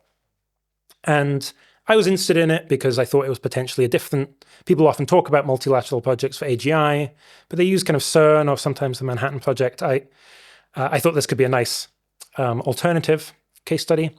But one of the interesting things about it is that it explicitly had temporary arrangements. So it was made on the understanding that within about a decade, things would be totally renegotiated. And that, in fact, worked quite well. Predictably, and the US knew this, they would have less power in a decade. But they were okay with that because what they really cared about was just the next decade going well. Because of the Cold War? Because of the Cold War, exactly, yeah. So it was the early 60s. They wanted to win a propaganda victory against the Soviets. They wanted to be able to basically broadcast liberal values, in particular to developing countries that they feared might otherwise fall to communism. We could try and again, this is part of just generally getting people more alert to the possibility of an intelligence explosion, is have this norm of look, we're going to be going through this crazy period of time. We have institutions, they last over this period of time, and then we will be much more enlightened then. We will have navigated whatever tricky stuff we need to navigate over the following 10, 20 years. Okay, then we just kind of get together and there's some process for the institutions after that point. Okay, so that was delaying a lock-in. That's not so great. What about this other category of, well, assuming that we do end up locking ourselves into something relatively soon, how could we make that go better rather than worse? Yeah, I mean, again, lots of things here. So I was just talking about Intelsat as a model for a potential project to build AGI. I think in general, work, both kind of research work on the design, but also advocacy in order to ensure that whatever project builds AGI is well governed. That could be very important, where, there's a pretty plausible argument, especially if we get this, fast and quite sustained software-only intelligence explosion, that company, that project, or could be a company, could be a government project, could be a multi-government project, could end up as a de facto world government. De facto rather than de jure, because it's not like anyone voted them in, but de facto because they would just have enormous amount of AI labor. In this scenario, it's extremely super intelligent, gives a decisive strategic advantage. And they would get to choose, that project would get to choose how that AI is aligned. So that could be a really pivotal moment, getting that right. I mean, yeah, things are maybe looking particularly dire for progress on that at the moment, but I think still needs more work. There's questions around, digital rights. Here, I think a couple of things are, one is just putting the issue on people's minds. I mean, people are somewhat, there's some discussion of digital consciousness, still very fringe.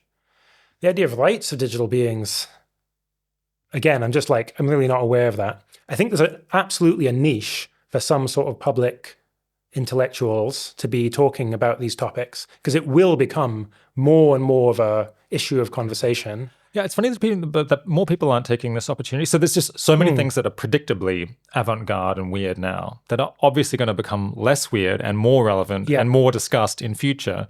Why not get in early and make yourself the person who is concerned about this thing that obviously is going to be a bigger deal a couple of years from now, and you look like a visionary, even if we're completely derivative. 100%. And this is, of the things that one can do that I talk about.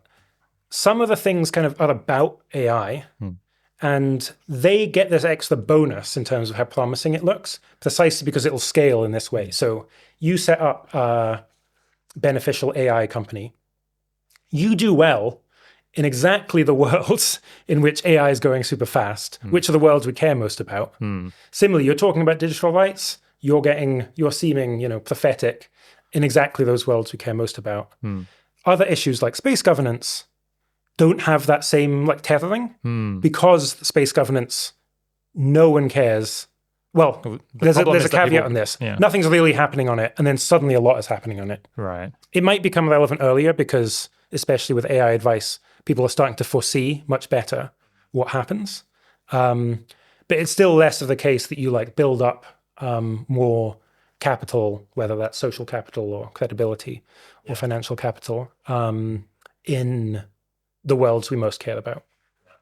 But sorry, so we were saying digital rights. Yeah, so there's both just advocacy, and it's not advocacy for any particular thing, but just ringing the alarm bell of this is a nightmare and no one is talking about it. It's obviously coming up. Yeah, exactly. And I think it's maybe particularly important.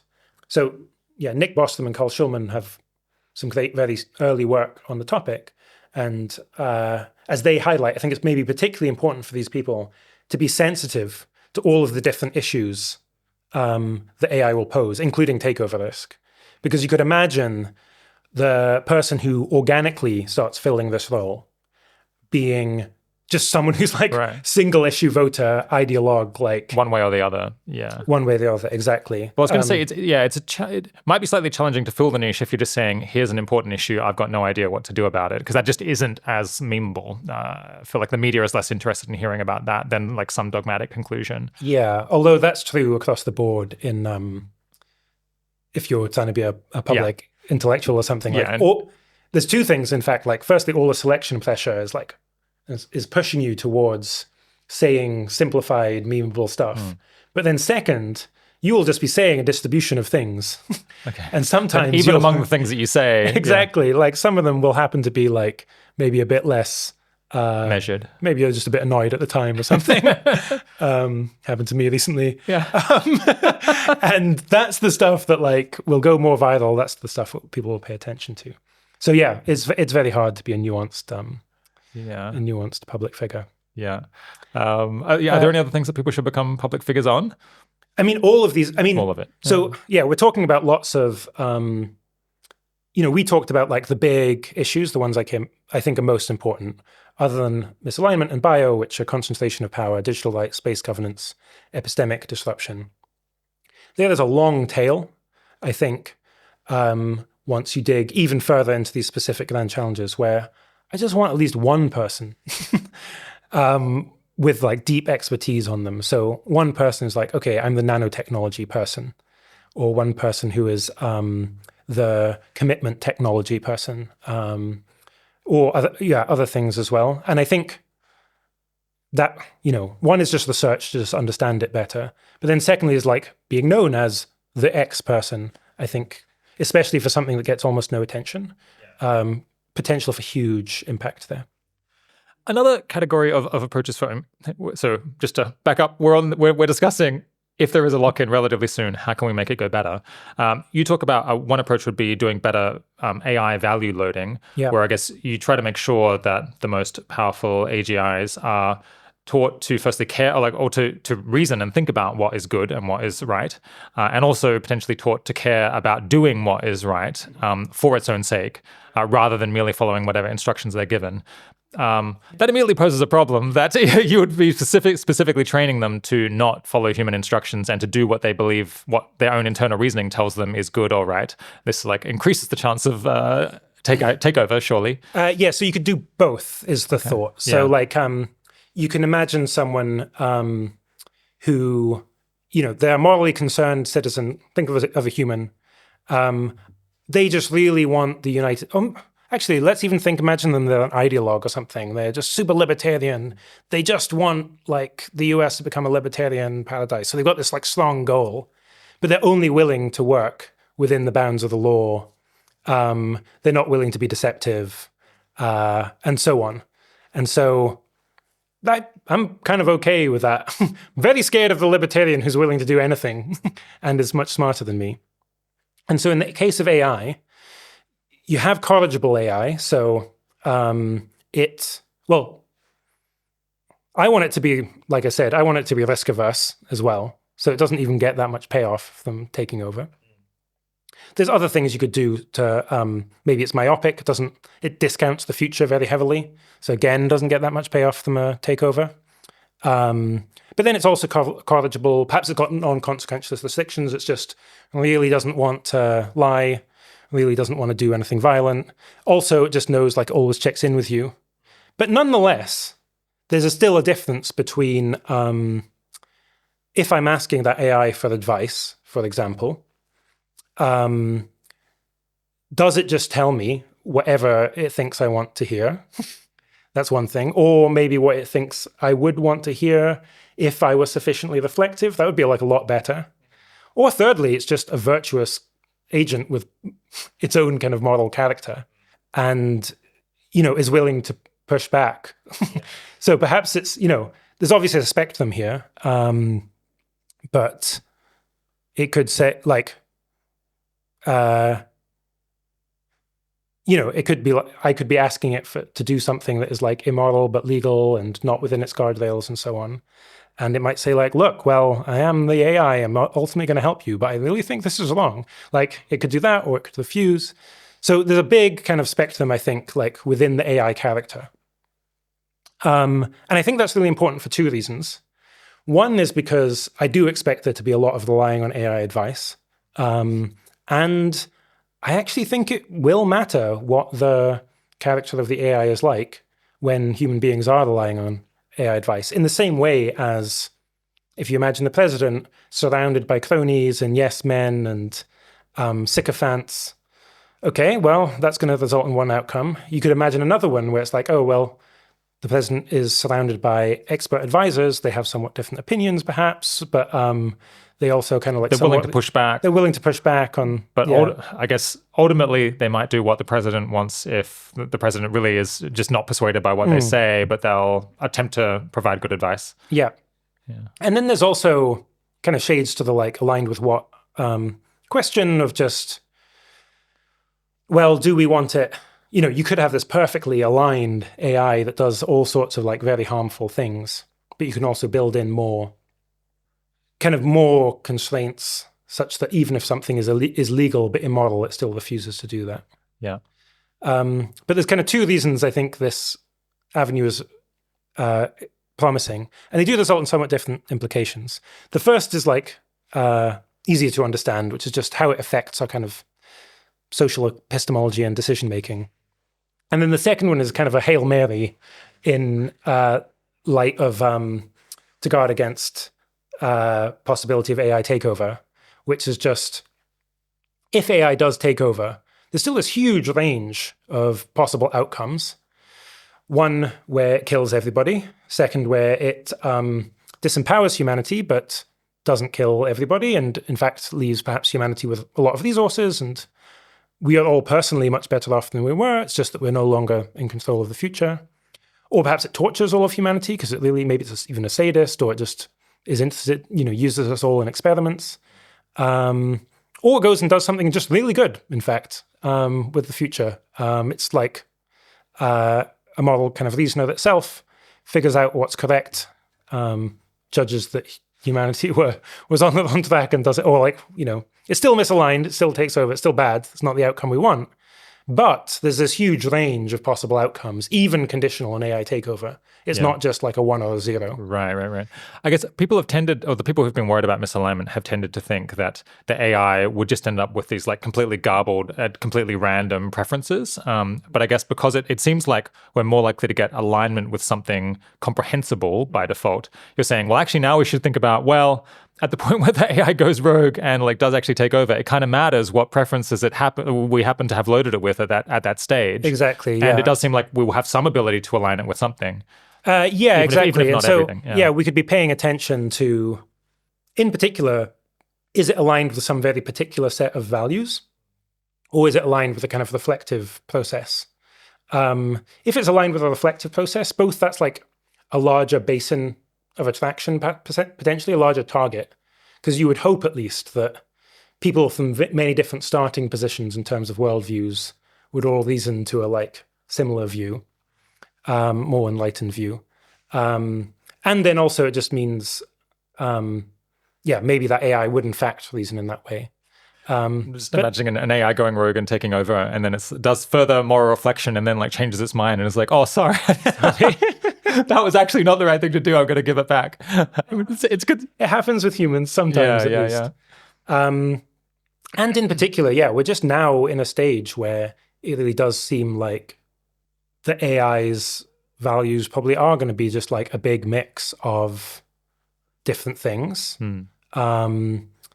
Because we're teaching them to make difficult trade-offs a lot of the time. That's what we do a lot of the reinforcement on. It's like, well, how do you navigate between honesty versus rudeness versus like annoying shareholders? And versus... it's kind of starting off from human data, and it's being built for like a human world. But then also there might be some particular things that you really want it to train it to do that is a bit like orthogonal to all of this. So perhaps what decision theory it has. So I'm not really like a... Can you quickly explain decision theory? Sorry. So... No. But there are various somewhat esoteric arguments that you can have deal with in another podcast where, depending on the decision theory that it has, maybe it treats humans in a much nicer way, even if it takes power afterwards. I think it's just one way of implementing just the AI being a nice person, even if it's kind of power seeking. Okay, so that's been a whole lot on how to improve if we get locked in, how to improve how that lock-in goes. Are there any other, interventions that we should be thinking about making around about now that don't fit into either of those buckets that we've been talking about? There are kind of cross-cutting things as well. And I should say there's way more ideas that we didn't have time to talk about. We're merely scratching the surface of all of the ideas that you've thrown out there in this enormous paper. I mean, it's a lot. They need more depth. It's shallow. There's kind of cross-cutting things where one is just, I've talked about this a bit, but just spreading some of the important ideas. So just what the intelligence explosion is, where we are, like what challenges we'll face, actually trying to get buy-in on that ahead of time. Second is just empowering more responsible actors where, a bunch of people, no matter how much we try and distribute power, a bunch of people are going to have a lot of power at a very crucial point in time. They're going to be making really consequential decisions. I want those people to be humble and cooperative and far-sighted and morally motivated and communicative and accountable and so on. We're pretty set on all of those points, I would say. Yeah, luckily this one actually is already taken care of, and we really don't need to worry about that one. Yeah, but if things get worse, then we could intervene and try to make them better. Sorry. Sorry, interrupted. That's something that like people can influence in terms of, just who you vote for, which companies do you buy products from. If you work, like machine learning researchers, they currently have an enormous amount of power that they will predictably lose. That they are feverishly working to take away from themselves. Yeah. So there's actually this amazing confluence of self-interest among them and also potential like benefits for the world, because this is a way in which we can move some amount of power away from just leaders and kind of, if the governments get more involved, like the government's running the project, you could imagine this kind of union of concerned computer scientists, whether, probably informal, but just a group saying like, look, we will only build this thing that will replace us under XYZ conditions. It's kind of only a few thousand, I don't know, maybe like 10,000 at most who are relevant to this and are likely to be relevant by the point that these decisions have to be made. Yeah. that's just a way in which like it could be another lever basically to steer things in like a good direction, so that it's not wholly just economic and military incentives just driving the shape of the technology. Just to spell this out a little bit more clearly for people at the back. There's a few thousand ML researchers who currently have an enormous potential influence over the future because they have all of this intellectual knowledge. I mean, they're the people who, over this like relevant, like short period of time, are the ones who are going to be automating AI research and setting off this chain reaction, the intelligence explosion. They are currently working very, very hard to automate themselves to the point where they are no longer required for this process, and the AI will be able to entirely do AI research better than they could all by itself. At which point, their leverage is completely evaporated, and they no longer have any control over anything. Currently, they are working to bring about their own disempowerment while asking for nothing other than, I guess, a salary in the meantime. I think that they should bargain for more. That's very well put, Rob. It's very well put. And I should say, like, ML researchers are often just like they're just like good perfectly people. Nice people. Like, Yeah, good people are just like morally Many motivated. of my best friends are ML researchers. Yeah. But please, and like, please, folks, please. Exactly, and there will be very hard decisions that will be much easier to make if there were some sort of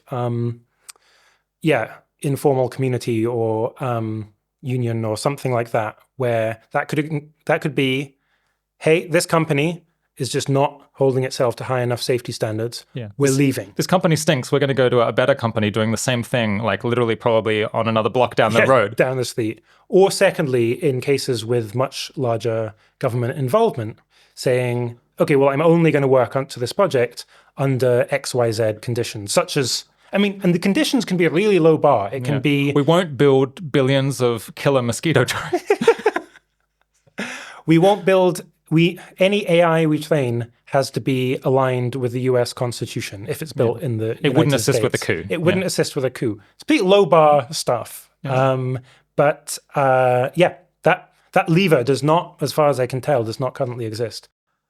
All right. I guess, so just to recap, we've talked about why to expect an intelligence explosion, what, like, in general terms, what that would look like, massive speed up in scientific advancements, and just lots of chaos, lots of things going on very quickly. Talked about what sort of grand challenges are generated by that, and we've been talking most recently about, like, various different approaches, various different things we could try to lean on to make that time tend to go better. We're going to draw a line under that. That's been preparing for the intelligence explosion, and do part 2 of the conversation, which is on a different paper that is called Better Futures. This is, I guess, my take on it is it's about ways to improve the future that don't involve preventing extinction. What were you trying to accomplish with this paper? Sure, yeah. So it's really kind of an essay series, and I'll say it's still work in progress. So would hopefully publish it maybe a couple of months after this podcast gets released. And it's describing and really working through kind of a sub-philosophy within long-termism, where there are 2 ways you can benefit a person's life. You can stop them from dying if they're having a good life, so that they live longer, or you can increase their quality of life. Similarly, with civilization as a whole, you can stop humanity being destroyed, such as in a terrible pandemic, or even in those scenarios where it lasts a long time, you can make it, you can make that civilization be better rather than worse. And for a long time, I've had the view that where the action is, from a long-termist perspective, is much more on making the future better conditional on survival than it is, sometimes called trajectory changes too, than it is about extinction. And that's for a few reasons that I'm sure we'll get into. And so this essay series is wanting to really work through that in terms of, one is just like, okay, putting down fully in words the reason why I think some of these things. Secondly is figuring out, in the course of that, actually doing reasoning myself on, well, which of those views are correct and what do they entail. And then finally, hopefully at the end, is that resulting in prioritization, where we've just talked about this litany of grand challenges and all these different things you could be doing to make progress on them. Well, if we have a better kind of theoretical understanding of what's most important, and in particular on what sort of society we want to get to after AGI, then perhaps that means that given the extraordinarily scarce resources that the AI safety and broader effective altruism communities have, we can target the very most important challenges. Yeah. So I guess you're thinking of reducing extinction risk as kind of a baseline, or that's something that you want to compare many other things to. What are the other interventions that you're making that comparison with? Yeah, so I guess two ways of answering that. One is just you could try and make worse than zero futures not happen. So the suffering-focused ethics. Folks are particularly worried about that. In particular, they're worried about the very worst outcomes. Or alternatively, you could try and take futures that are pretty good, but maybe mediocre or lackluster in some way. Or they're still better than nothing, but we might call them dystopian. And instead try and get from there to, rather than them, have something that's really close to as good a future as we could feasibly achieve. And it's that latter thing that I'm particularly focused on, where, I mean, describe a future that's like achieves 50% of all the value we could want to, that, you know, we could hope to achieve. It's as important to get from the 50% future to the 100% future as it is to get from the 0% future to the 50%, if that makes sense, you know? Yeah. I mean, what I'm saying is just true by definition, but it's still somewhat kind of unintuitive because, you know, you really might think like, look, we just want to avoid extinction and then, well, it'd be really good in absolute terms or something. But I think if we're really morally serious, we should also be thinking about how do we get not just to a kind of mediocre outcome, but or something that's in some ways good and in some ways dystopian, but actually to something that's close to as good as it could be. Yeah. Okay. So I think, as I understand it, you want to argue that I guess many people have been focused on preventing extinction, which is to say, like, sort of getting us off the 0 point, so we could have some positive value because there'd be sentient life still an ongoing concern. You want to say that has been a very big focus, but we've missed the opportunity to maybe go from whatever default outcome we get if we survive to something close to the very best possible future that we could have. Yeah. And I suppose the value of that sort of work will depend a lot on how good you think the future will be by default if we merely avoid extinction. If you think that by default we end up creating something that's incredibly mediocre, that's only 100th or 1,000th the possible value that we could achieve, then, well, going from that 1% of the value to 100 is actually way more useful than going from the 0 point to managing to get 1% by surviving but doing something kind of lame. Is that right? Yes, that's exactly right. Although I will say, even if you think, okay, by default, we get something that's half as good as the best thing that we could realistically achieve. The second half is still pretty good. Well, it's just as important, in fact. Yeah. Becomes just as important to get from that halfway point to the, you know, best we can point as it is to just avoid extinction and get to the halfway point. Yeah. Why do you think it is that that sort of work, going from something to the very best, has been kind of ignored or not that much discussed? I think there's a couple of things. One is that I think there is a bit of intellectual path dependence. So Nick Bostrom, in his paper Astronomical Waste, he works through, on the assumption of, he's not a utilitarian, but on the assumption of classical utilitarianism, what's the most important priority? And he argues for a principle called maxipoc, maximize the probability of an okay outcome, where an okay outcome means avoiding any existential risk. And so that's, I think, been like kind of stage setting for the intellectual development on existential risk that followed. However, even in his own paper, I don't think that really follows, because he gives kind of three perspectives. One is extinction. A second is a future filled with biological beings. A third is a future filled with digital beings. And says, well, the really important thing is that we avoid extinction. Whereas, you know, if you're taking his hypothetical, assume classical utilitarianism seriously, no, the really important thing is either getting to the future with digital beings if they have value, or ensuring that you get to the future with human beings and not digital beings or extinction if digital beings don't have value. I see. So actually, you've got these three options from either perspective. One has lots of value, and the other two have essentially zero value. It's not that the two big futures have lots of value and extinction has none. Again, on assuming utilitarianism as he does. Yeah. Bostrom's no fool. Why did he end up suggesting this probability of an okay outcome? I guess maybe I sort of understood him to be saying we want to maximize the probability of an okay outcome in the medium term so that we preserve the option to do the very best thing later. Maybe that's what he meant, but that's not what people heard. That is, yeah, I think that is. So this gets clarified. I mean, this is all gone over many years. So Yeah. He did clarify later. Yeah, it's the thought that if you've got society that's kind of sufficiently good, then probably you end up converging to something that's close to the best. Yeah. I think similar views had by Toby Ord, for example, and I think a number of others too. And so I think if you've got that kind of background view, then it makes that idea like really quite likely. You just avoid the worst catastrophes now, things that would count as true existential catastrophes, and then we'll end up just converging to something that's really pretty good or close to the best. Yeah.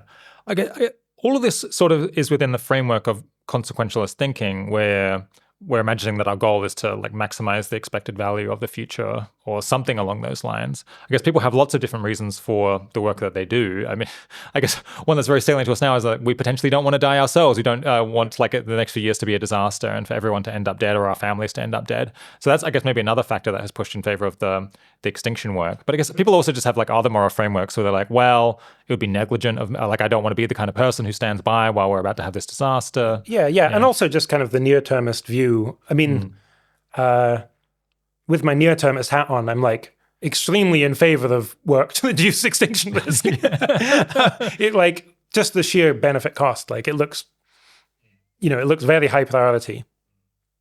And then you're absolutely right that especially in more recent times, lots of existential risk issues, and this was a criticism of what we were the future. Lots of people saying like, I don't really particularly care about long-termism.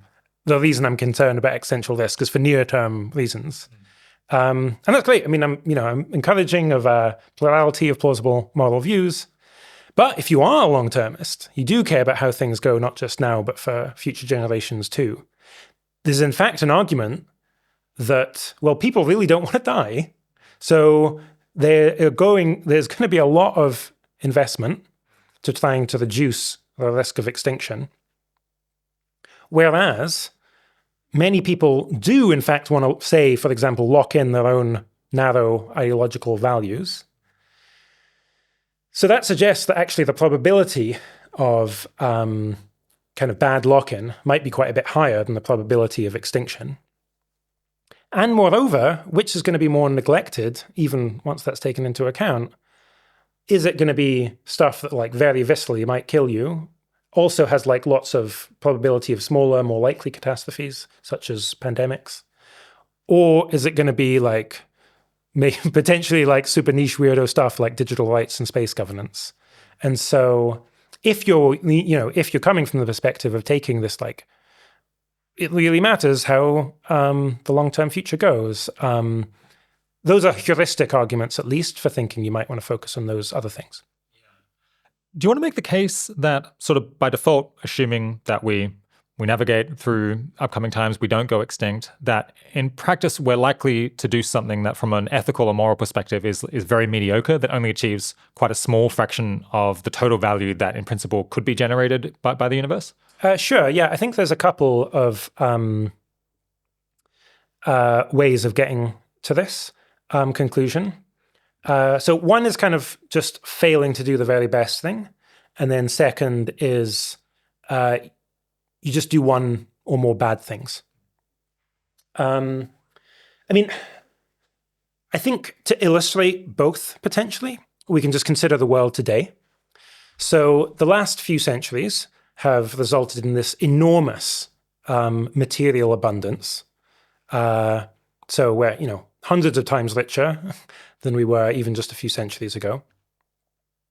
And you can ask the question, okay, well, for this year, how well have we done at turning that material abundance into good outcomes? And I say we've done very badly. In fact, we have utterly squandered the wealth that the scientific and industrial revolutions have given us. And that's for a couple of reasons.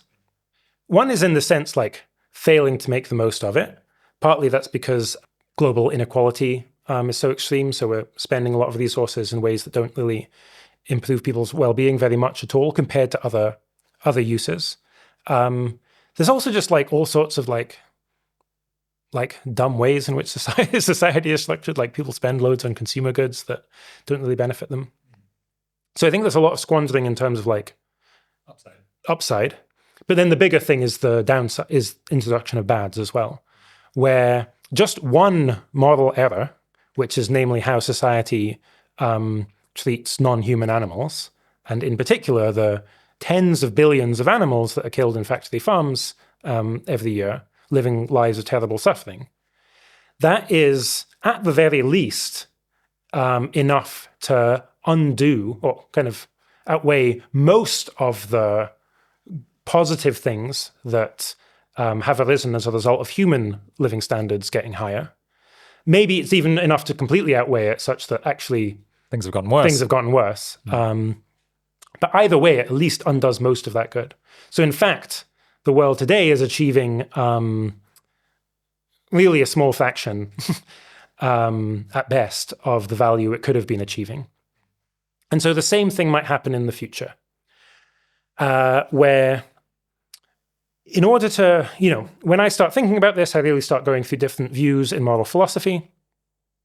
So you can start off thinking about what I call kind of linear in resource consequentialist views, where total utilitarianism is one example. Basically just the more resources that you have, the more good stuff you can produce. So if you've got a good civilization, if that's twice as big, it's twice as good.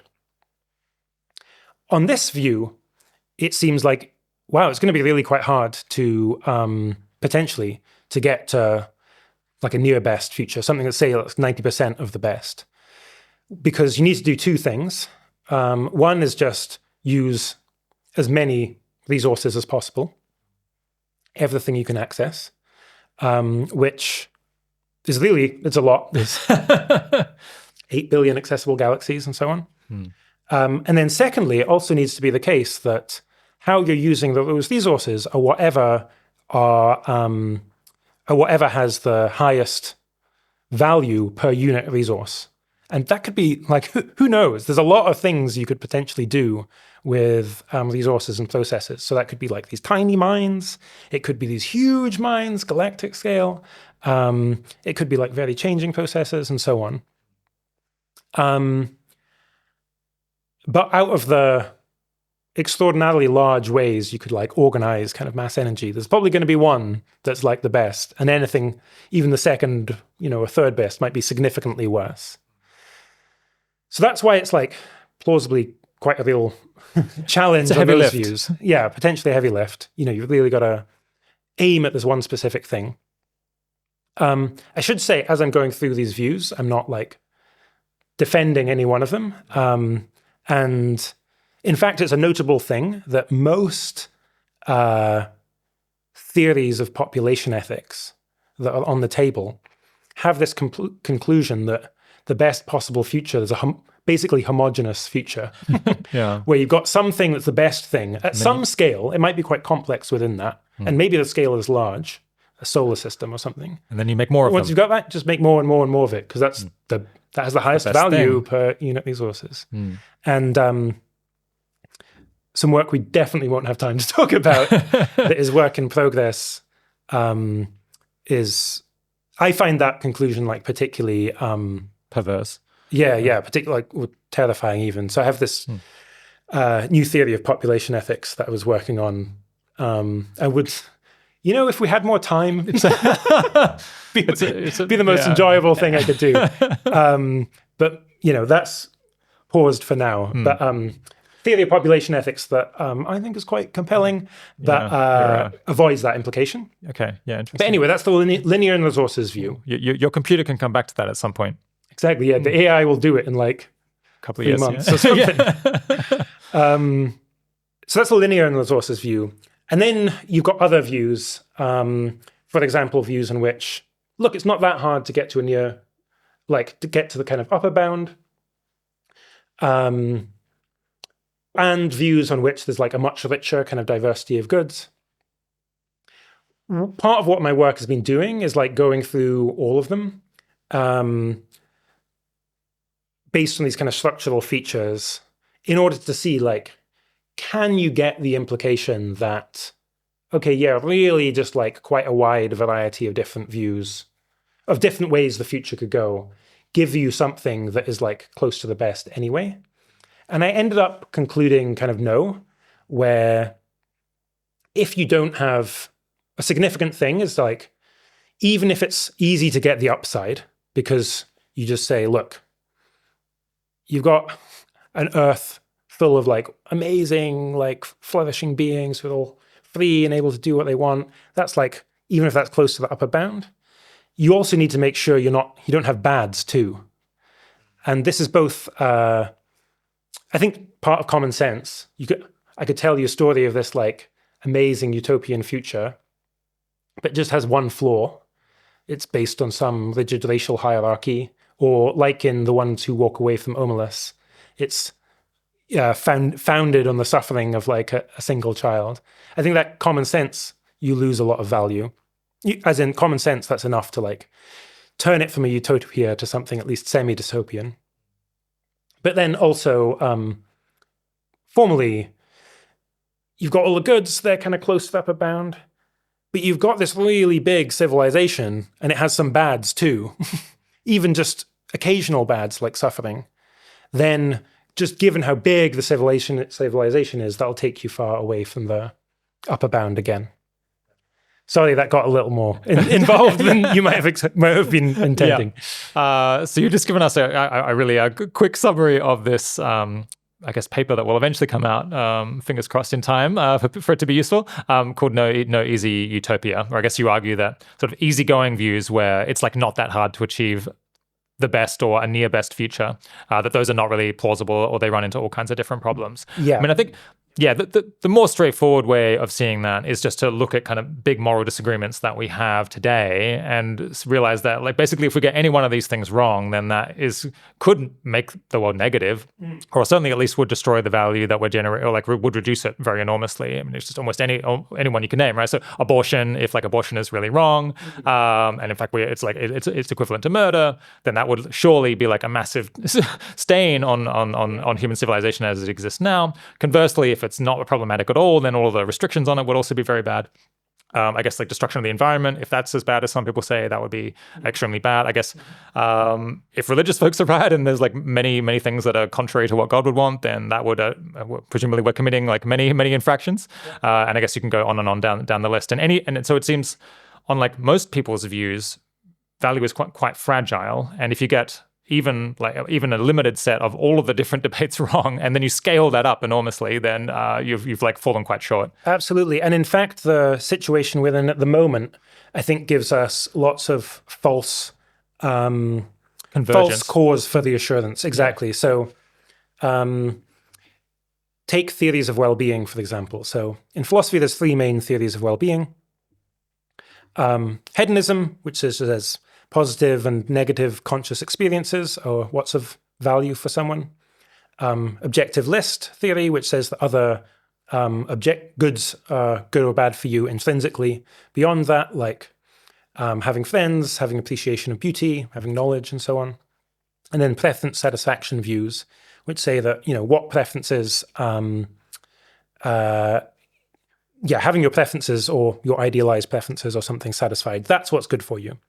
And in the world today, these line up really pretty closely. So, you and I work together on research for giving what we can, what are the most effective charities to benefit people in the developing world. The difference between these views really doesn't impact practical recommendations here, because having basic health, for example, satisfies your preferences, it makes your conscious experiences better, it improves your objective goods as well. And that's just systematically the case, because often what we're giving people are these instrumental goods, things that are just good for, or what Rawls called basic primary goods, things that are just good whatever your other goals are. But once we're like deep into kind of technological maturity, and once we're creating beings, designing them to have whatever preferences we want, which is what we'll be doing after AGI,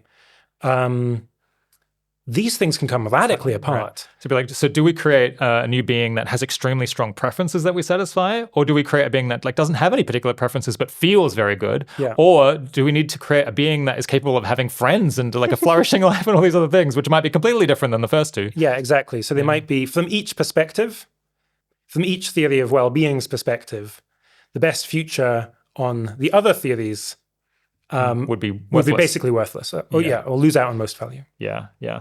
I mean, I think probably part of the reason why people disagree about whether it's like subjective well-being, preferences, objective list, is because in the world as it exists now, with humans as they are, it's actually kind of hard to tease apart these different things. They all like look quite similar, or they all tend to come as a package.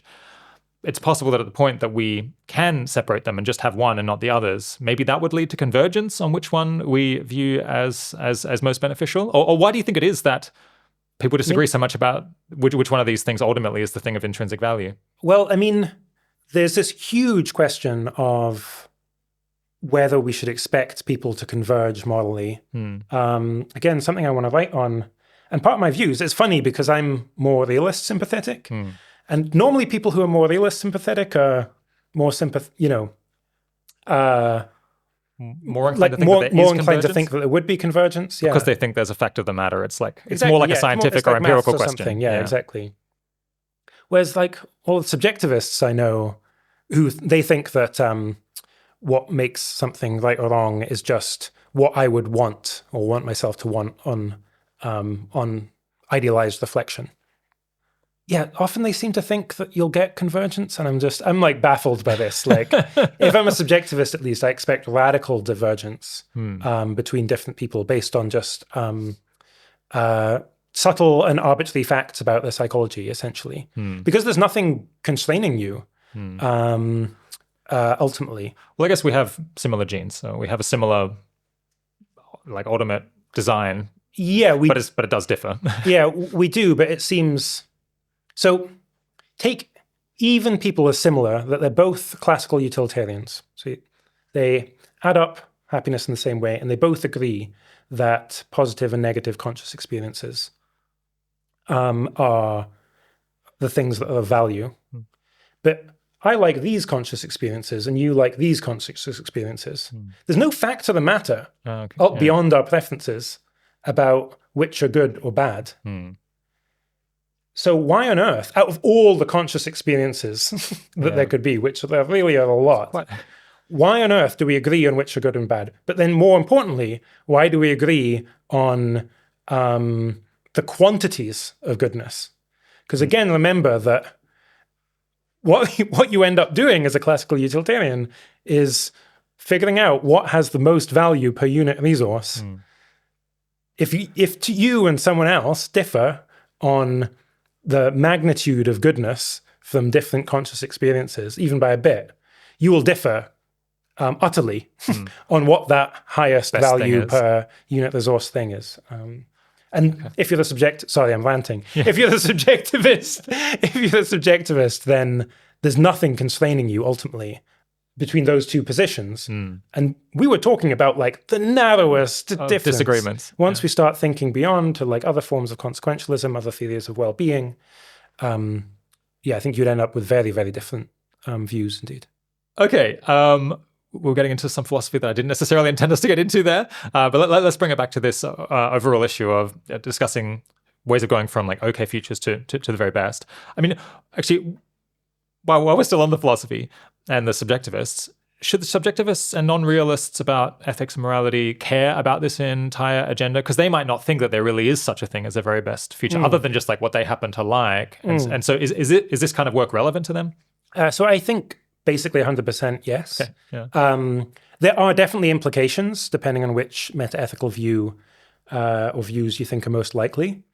But basically just if you think that some outcomes could be bad, some outcomes could be good, some outcomes can be better than other outcomes, then you really ought to, you will in fact have views about, okay, well, this outcome could be really good and this outcome could be only a little bit good. You might have a like easy utopian view or something where, okay, you're not as concerned about getting the like very, very best. You think lots of things are really good. But at least if you're concerned about consistency of your preferences, and maybe you're not, that's actually fine. That's like one way of responding to this whole thing. But like if you are, then you're going to have to respond to some of the arguments I'm making about why even those why those easy utopian views are like quite hard to come by. But yeah, it will still be the case that you'll want to grade different futures in terms of like how good they are and how bad they are. And like, and the differences could be very big. And differences could be very big. I mean, like, I think it's a perfectly common sense position to think, okay, well, like a future with extreme concentration of power might be really bad. Okay, well, what if there's distribution of power, but people are just like kind of evil, like they like promoting suffering? And I think, okay, that's kind of clearly bad. It's like, okay, well, what about other moral mistakes? And yeah, I think we can often dodge a lot of like meta-ethical argument by just saying like, okay, well, how we're gonna evaluate things is just by what we would want things to be like if we were idealized. We had loads and loads of time to reflect and loads of time, and we had like really big brains. We were able to hold all knowledge in our heads and so on. Because the realist will say, well, that's the best thing we've got to track what is good and bad. What's actually good and bad. And the subjectivist will say, well, this is all we got. This is what, in fact, yeah. Yeah, or what actually, yeah, I see. It's just the preferences that make it good. Yeah, exactly. Yeah. But it doesn't, for practical purposes. I guess all of the analysis basically looks the same. Yeah. You're just measuring it against a bar that is justified differently. Yeah.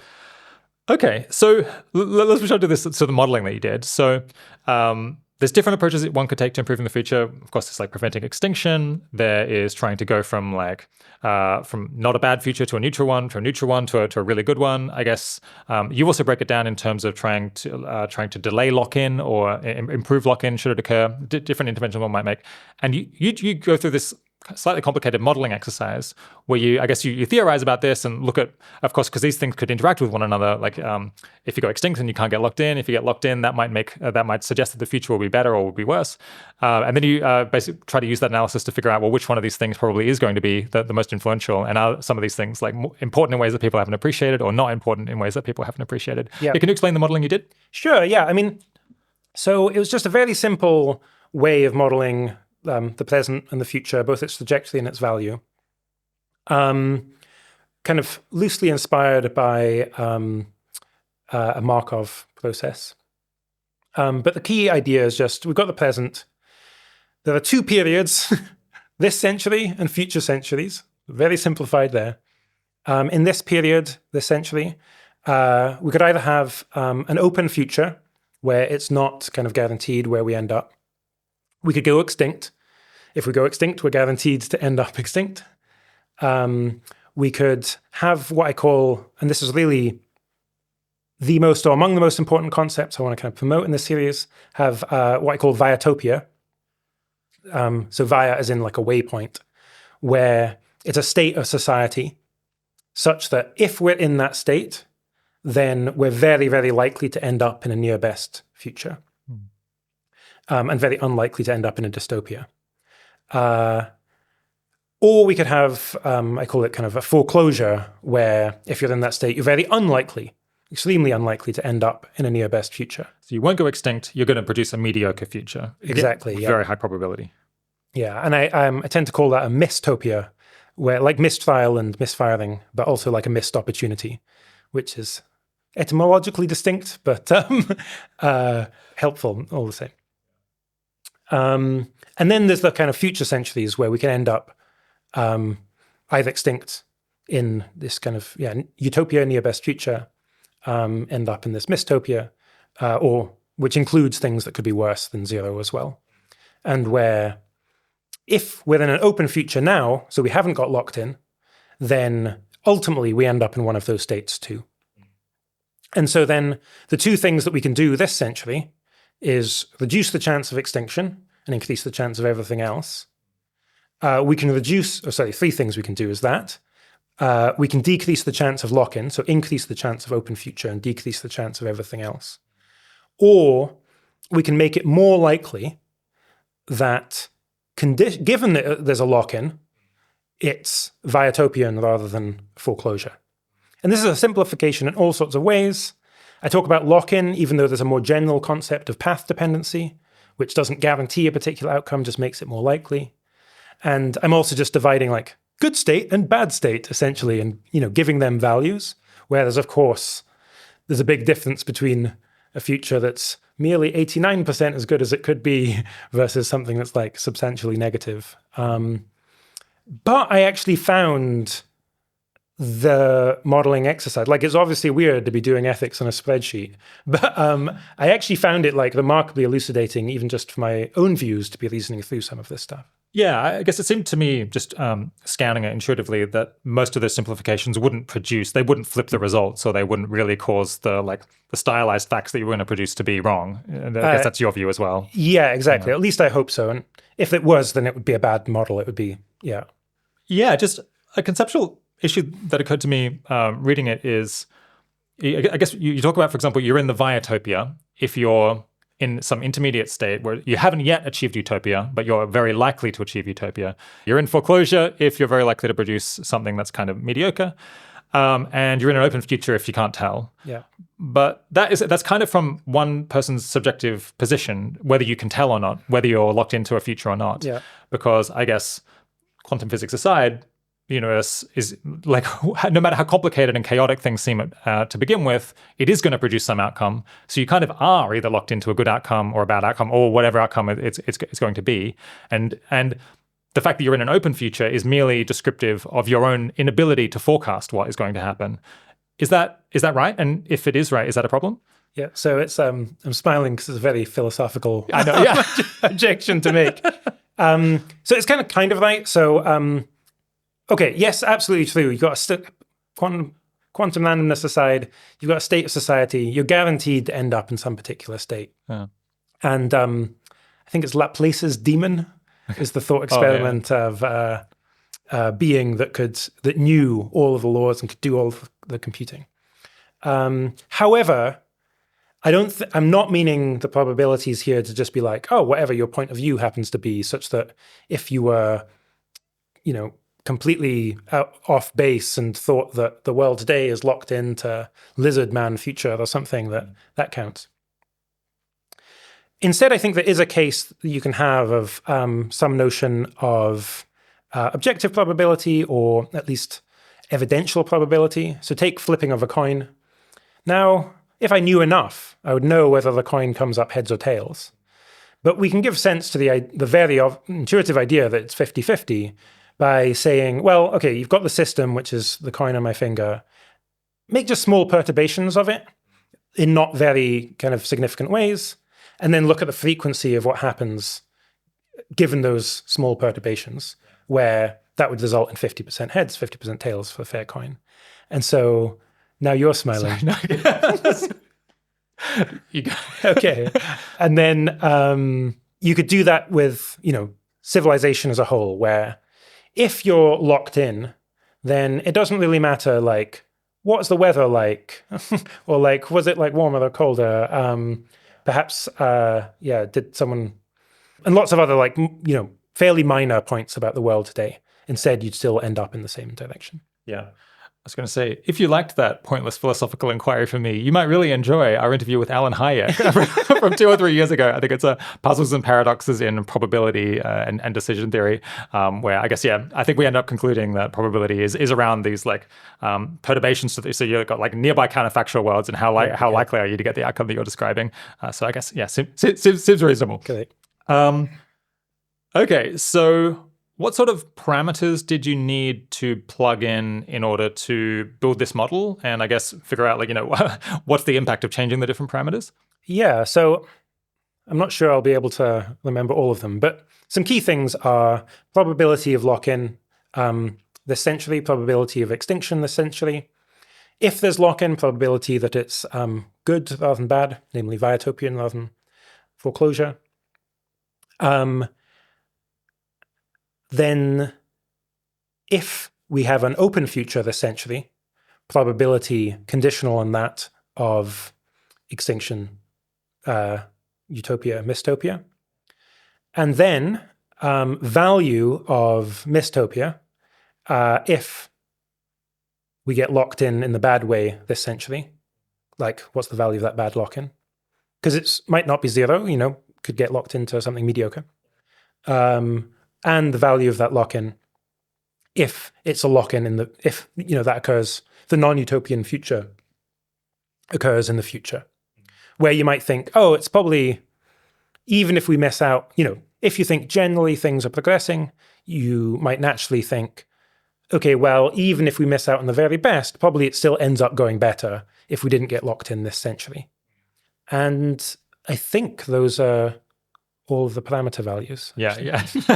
I may well have missed some. But we're a couple of hours in here, so I think our minds are getting a little fuzzy. But yeah, I think that's all of them. I think we're over 4 hours in. Yes.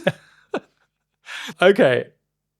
Do people agree on these parameter values? I guess to what extent do people massively disagree in your experience? Well, I would love, as a follow-up, to actually start surveying people. The one thing that I know of that did somewhat do this was a fairly informal survey done by the Future of Humanity Institute. And it was just convenient sample. It was just, I think, people at a particular conference. And there, people were really all over the map. I can't actually remember the details, but people can go all the way from thinking, probability of getting to a truly flourishing future conditional on survival was 90%, all the way to I think there was 1 in 10 million was also kind of on there. Similarly with probability of extinction, I think people varied from 90% to less than 1%. I mean, they were asking different questions than I had, but it definitely showed you there's a lot of of variety. There's not a consensus. Yeah. And what about I guess a critical thing, or at least an important thing, is whether lock-in becomes more likely to become positive if it's delayed. Yes. Versus, so do we want to lock in things quickly, or do we want to push it out into the future as much as possible? I guess allow more reflection. Do people agree or disagree about that? Yeah, well, this was actually something, so I really don't know. That wasn't in the earlier survey. But certainly something that came out of me doing this exercise was just appreciating how neglected yet important that question is, where I'm certainly coming from a perspective of thinking, look, we are like these children. It's as if, it's as if you've got to decide how your entire life goes, but you're 7. 12. You're 7, exactly. Look, we should have smarter, more enlightened, more informed people in the future make those decisions. And so I do, in my best guess, I do think if we can punt these decisions into the future, that's just the decisions will get made better. But it's quite non-obvious, actually. Again, I think something that's confused me about subjectivists is that I think subjectivists probably shouldn't want that because they won't be around. Or maybe they will be, but they think they will be. But in those cases where they weren't, so their particular preferences won't get satisfied. But you also just might think there's various sorts of kind of essentially moral decay that might happen. So you might think it's just much more likely that you end up with concentration of power at a later date. You might think that AI totally messes with people's kind of epistemics. I actually think there's various things to do with how people would reason about, or how people would make choices about kind of distant time and space. Where now at the moment, it's just mainly moral preferences that they have because it's so far in the future, it feels more speculative. Exactly. And given your preferences, people's preferences at the moment, you don't need that to be basically as happy as you can. However, once people are already extraordinarily well off and post AGI, oh, now perhaps they want it, but as a status good or something. I see. You want just to show off. Exactly. Now, because this is already the case. Like, look at the billionaires in the world. They just hang on to their money in a way that's like baffling, honestly. It's not even really clear that it's delivering much of anything for them. No, you clearly are not getting more well-being in the narrow sense once you're past $10 million of consumption per year. It must be about satisfying some other preferences. Exactly. Or inertia. The obvious, there's inertia, yeah. But even, there's inertia, but the kind of obvious thing is like, well, they're buying this like status good. They care about what position they have on the billionaires list. And they are willing to effectively pay tens of billions of dollars rather than spend that money on like something else, including kind of moral goods. So you could have this future where it's like, okay, yeah, now people are like reasoning, but now they care about, distant resources just as a matter of like personal status, rather than at the moment people would have a kind of more ideological lens on it in a potentially positive way. Yeah. So, like I say, I actually do think like probably people in the future, they're going to be smarter, they'll be more enlightened, there's more time to think about things. We are not... Do you have any idea how dumb I am? Yeah, exactly. We are not and equipped. I'm one of the best. we are not equipped to be making such weighty decisions. But it was felt notably understudied to me. Yeah. Okay, so what were your main takeaways from all of this analysis? Did it take you in a direction that you didn't necessarily expect? In a few ways. So that was one, actually, the importance of this. And to be clear, what I did was like forced myself to actually put numbers in these things. And that was pretty interesting myself. We started this conversation with talking about two ways of putting it. The updates I've made in the last 7 years, or the ways that I was wrong earlier on. I'm perfectly happy with that latter description. But that, those changes hadn't necessarily filtered through to other of my views. So it was interesting for me, putting my like probability of extinction and probability of lock-in. They're much, much higher than they were in the past. So that process alone was actually just like very elucidating for me. Other takeaways. One is that this Better Futures work, I think it's pretty robustly in the same ballpark of importance, at least as reducing the risk of extinction. Yeah, I think that's true just across quite a wide variety of views. One thing that was interesting in particular is that what I might say ordinary ranges of optimism versus pessimism about the future didn't really make that big a difference to the bottom line. So I had always thought of like the biggest intellectual difference between me and Toby Ord was our level of optimism about the future. But actually, you run the numbers, and I'm like, no, just I know within all of these are like order of magnitude kind of things. Yeah, didn't really drive things. Why is that? Well, so Toby I think he thinks avoid the big existential catastrophes, or at least the most obvious ones. Essentially, I don't want to put words in his mouth exactly, but under some sort of condition where you've avoided near-term existential catastrophe, the expected value of that future is like 50% of what it could be. And that seems very optimistic to me. There's various reasons why my numbers have been argued up over time, but I'd at least put that like many times lower or something, 10% or something. But he still thinks there's 50% of value that's still up, that's still up for grabs. So actually the level of optimism he would need to have is it would need to think it's more than 90%, like 99% of value or something. I see. Okay. So the reason is even the extreme optimists think we're only going to get halfway there on average.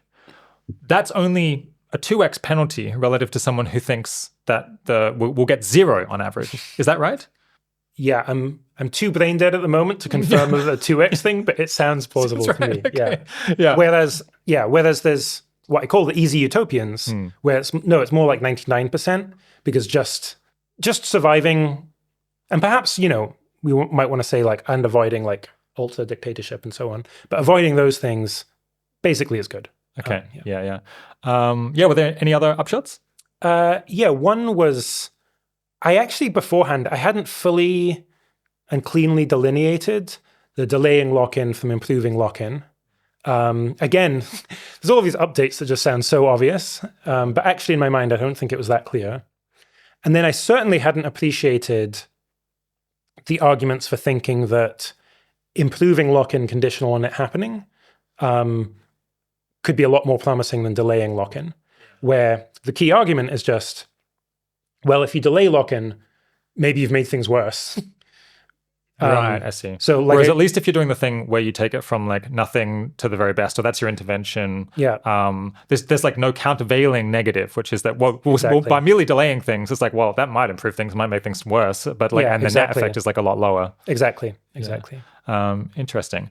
I guess so. The upshot is that let's worry a little bit less about the extinction thing. Instead, what we should do is try to like take whatever future we're going to have and instead turn it into like this utopia, the very best possible future that's incredibly fragile and incredibly narrow target, we think. I think to many people that might sound a little bit utopian. Might sound, and I guess people have negative associations with utopianism because it tends to justify negative behavior. It can just seem kind of naive. I guess people who tend to be utopian tend to be like very locked into quite a narrow perspective on what's good. I guess that's the sort of mindset that drives people towards utopianism.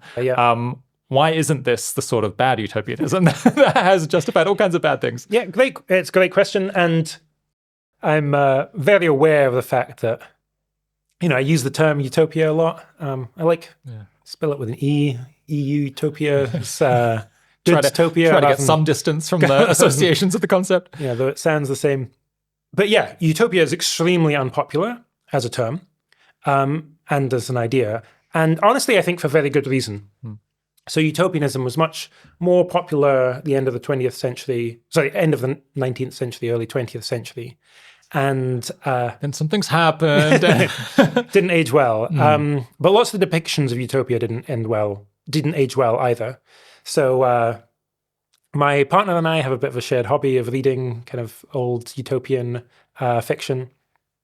And it's really remarkable the extent to which those utopias now look like dystopias. Having even like not that much kind of moral progress has happened. It's like only a century, which is small in the grand scheme of things. But very often the societies are totalitarian. Very often they bake in kind of moral blind spots of the time. So Thomas More's utopia, the person who coined the term, had, amazing abundance, this wonderful society in many ways. Every household owned 2 slaves. Not so appealing nowadays. Similarly, Aldous Huxley, who wrote Brave New World, also had a piece of utopian fiction called Island. Again, this, very technologically advanced society, but also in touch with nature. The adults had sex with children. Lots of other, again, it's just like, whoa, okay. Also, Wait, wasn't Aldous Huxley doing that in the 30s? What? Oh yeah, I mean, I'm surprised that was the kind of thing someone would write in the 30s. I mean, this is definitely a digression, but like even in the 60s and 70s, the French kind of existentialists and philosophers were like signing an open letter to say that I think there should be no age of consent, or it should be like much lower than 16. It's really easy to forget how quickly moral attitudes change, and actually how morally different even just 100 years ago was, or even less. So depictions of utopia often in fact end up looking really quite dystopian. I think that's true from Plato's The Republic onwards. And the lesson is like, we shouldn't be trying to depict some particular vision of the future and aim directly towards that. In fact, that's terrifying. That's what we should be guarding against.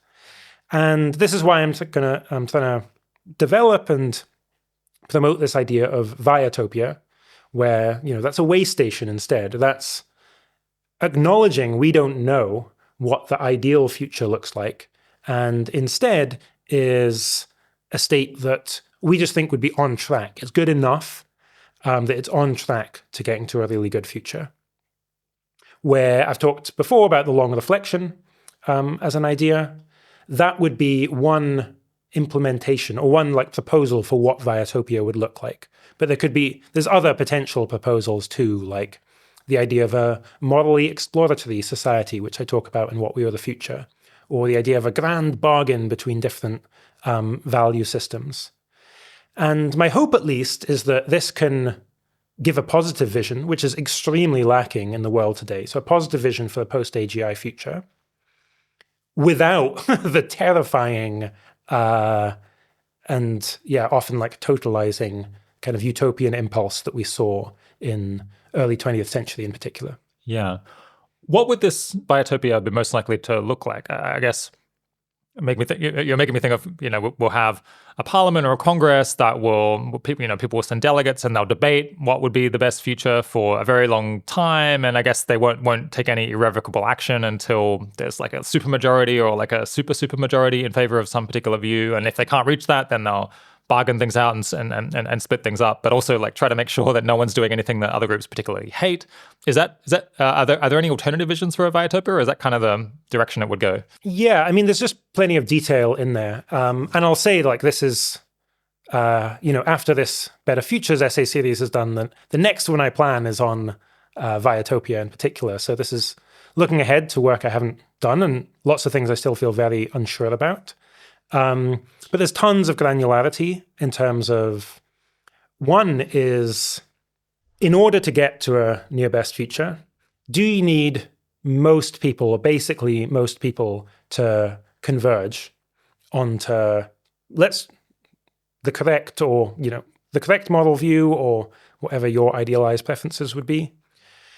Or do you just need some people to converge and then to have the ability to trade between different parties? That's like a really crucial distinction, in my view, where a case for thinking that you just need some people is if, well, those who don't, perhaps optimistically, those who aren't particularly morally motivated, they have comparatively kind of small scale preferences. Perhaps they really care what happens kind of close in space and time. The people with moral motivation, they care about what happens far in the future and far away. And so that both parties can get kind of what they want.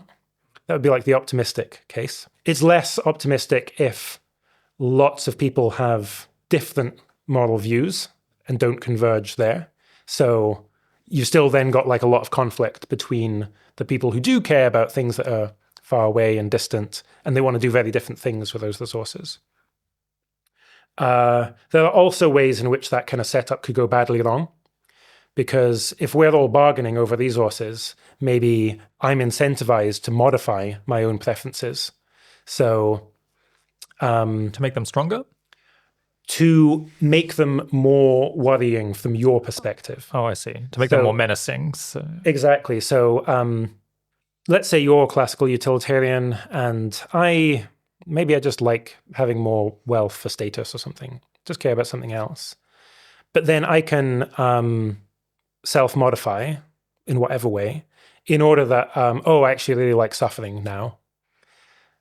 Well, then the threat point, the status quo, if we don't manage to make a deal, is much worse from your perspective. And so it gives me a reason to concede more ground. Exactly. Unless I object in principle somehow to the blackmailing situation. Yeah, exactly. It's just like, well, I will never accept being like treated like this or being exploited like this. Yeah, exactly. But it at least gets hairy. And so, there are some arguments for optimism, for thinking like, okay, just have like lots of different, even if people end up with like super different kind of moral perspectives, they all do trade. And we end up with, as a result of that, something close to as good as possible. There's some worrying dynamics that, I have not gone kind of deep into this, that could actually mean that this ends up really quite bad. Because the worst case then is like, I self-modify to love suffering. You say, well, I don't trade with blackmailers. Yeah. I'm not accepting this crap. But I've already irrevocably self-modified, so then I go and do it. That's not an outcome we want. Let's not do that. Yeah. But then, either in that case or in the case where like, no, actually we want to try and get to something that is much closer, where like basically most people, if there are like more correct moral views, they kind of win out over time. Then there's a question of like, well, how do you even structure that to begin with? There's been some work in this with respect to kind of deliberative democracy, which is pretty interesting, where that kind of perspective on democracy is like, the point is that people have to argue and like reason things out, and as a result, they like improve their kind of moral understanding and moral position over time. Again, this is all stuff I've like not looked into, but the ideal is that you could get something that's like actually really quite concrete at the end of it. I mean, that's kind of like one way of going. There is a separate thing, which is just, figuring out what's feasible and building up from there, where you might say, okay, let's say the default is just that the US gets most power. Okay, how bad a situation is that, like on the scale of things? How much better would it be if there's an alliance of countries that have the power? And kind of build up from there, from the like, you maybe imagine like what's your best case kind of in terms of what happens. How much do you have to change in order to get yourself to like a viutopia? Yeah. Are there any visions for a viutopia that aren't like this deliberative, inclusive process? I mean, I suppose you were hinting towards definitely not the best possible future, but like one that might be a bit of a Hail Mary pass is to think, wow, the AI might take over anyway. Maybe it's going to go rogue and end up disempowering us. But we should just like rush to fill it with like good values and a desire to reflect and so on. I guess that could be an alternative viutopia that we might not aspire to, but that we might get by accident. I mean, another version would be a more kind of left libertarian vision, where, again, we've got this huge resources, also they're even defense dominant, if we're talking about different star systems. That just gets equally parceled out to everyone on Earth. And they get to go and build whatever vision of society they want. That has, some attractive features on non-consequentialist grounds. I think if you work it through, there's actually not really there's not that many perspectives in which that looks really good. Like it feels fair, although there's open questions when you're talking about all these resources about like, why have we privileged the people who happen to exist at that point? To exist today, exactly. But then, okay, well, it's probably not going to be close to the best on this like linear and resources view, because people will want all sorts of different things. And so it'll only be whatever fraction like hold that view. That's the fraction of value you'll get. But then also, if you've got this more kind of common sense view where value is bounded above but not below, so there's a limit to how good things can get, but things could get very bad. Well, you might think it's good in terms of the upsides because you've got many different shots on goal. And that's why I was like attracted to this idea originally. So you're almost certain to get some at least someone's got to get something decent. Exactly, yeah. And that'll get you to near the best. However, just one person producing something that's actively bad, so just one of those 8 billion people being a sadist, for example, will be enough for the whole, the whole outcome, in fact, to be substantially negative, probably. Because, again, the bads are like very, very heavily outweighing the goods. I see. Yeah. So it's hairy. I mean, but I think there's many possible visions. And then maybe a final one would just be just kind of like business as usual. It's just like, okay, we're kind of democracy, people vote on like, there's nothing like particularly special that happens. This is more, again, like easy utopia kind of views, but just things look broadly like perhaps like, a liberal democracy today, and we muddle along and that'll be fine. Yeah. Okay, I think we should probably push on to the final section. I feel like we're both looking a little bit wiped. I was saying when we were taking a break that this is a little bit like the hot ones where you like throw people off balance by giving them chili, where we've just been going for so many hours. I think we're beginning to lose our disinhibition. Okay, but the final section was going to be about this org, the Forethought Center for AI Strategy. I guess this is a new organization, effectively. It's got a kind of a new research agenda. Yeah, do you want to, discuss how you decided to found this organization? And was that a difficult decision comparing to other things that you could do? Yeah, sure. So I spent a lot of time thinking about kind of what my next steps should be. So in particular, kind of 2020 23, early 2024. I was like extremely burned out. It's funny looking back, actually, because on our last podcast, I remember you were asking me about all the stuff I was doing. And you were like, how do you do all this? And I was like, oh, I'm extremely burned out. Yeah. And that was like March 2022. And I remember saying, oh, it's okay. I'm taking a holiday, like literally like next week. It's funny. I never took that holiday. There was this big crisis in the organizations I had to deal with. And so, yeah, looking back, I think I was just like extremely burned out through 2022. And then, but that was like March of 2022. Things got a lot crazier after that point in many different ways. And so I did wonder about, I spent a lot of time thinking like, okay, what are my next steps? I did wonder about taking a year out from just doing good.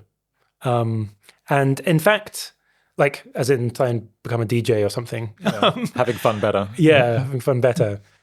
I actually I'm really happy I did this. I ended up concluding that I'd end up happier if I didn't do that and instead did the search for the year.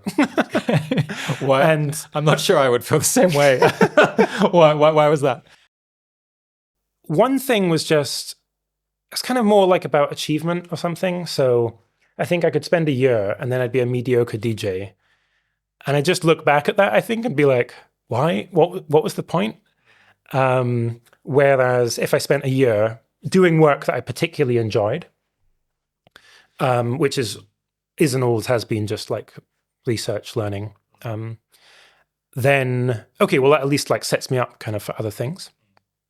And I also just think maybe I just enjoy research and learning more than DJing. Yeah, more than like other hobbies like that one could have. Then the other thing kind of looking back is actually just like how useful it's been to have some new project. So I know other people kind of coming from burnout who then really just have taken like a long sabbatical period. Maybe they end up just feeling a bit aimless.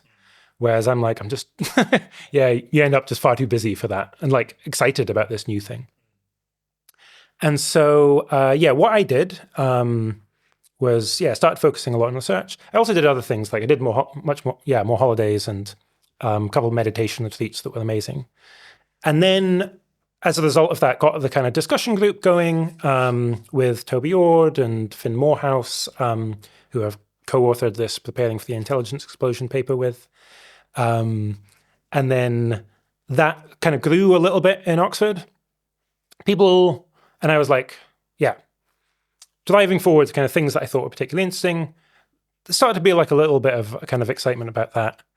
And then things like really changed gear when Max Dalton was considering, he was also burned out. We were like chatting. It's like, hey, so, we're both hating things right now. We're like, what's next for you? Yeah. He was deciding kind of what should he do next. And I just said I would love to work with him. And then he ended up concluding like, okay, cool. Yeah, let's make this. I'd started to have the seeds of like, actually, this could be some sort of research institute.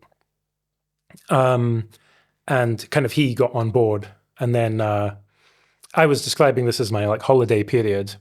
And I kind of got like forcibly shunted to it being non-holiday like a few months later in a way that I'm very happy with. I was extremely happy with my work. But I also, I did also just do like quite a sustained and formal kind of process for deciding kind of on next project where it was either kind of continuing with the research institute, could also just be like, real focus on fundraising, kind of more outreach, could be more focus on like having a podcast and YouTube and so on. Very lucky for me that you didn't. I think bad for the audience, but good for me not to have the competition. Maybe we could have become co-hosts. Who knows? And then kind of some other things as well. And I actually just tested a lot of things. I had a week where I tested out doing a bunch of podcasts and video episodes. I also got like really extensive feedback and so on. I got this, worked with a kind of executive coach who did this thing that was like, it was very impactful, but it's quite intense, where it's just, he asked 20 people, maybe over 20 people. Yeah, I think I was one of them. Oh, there we go.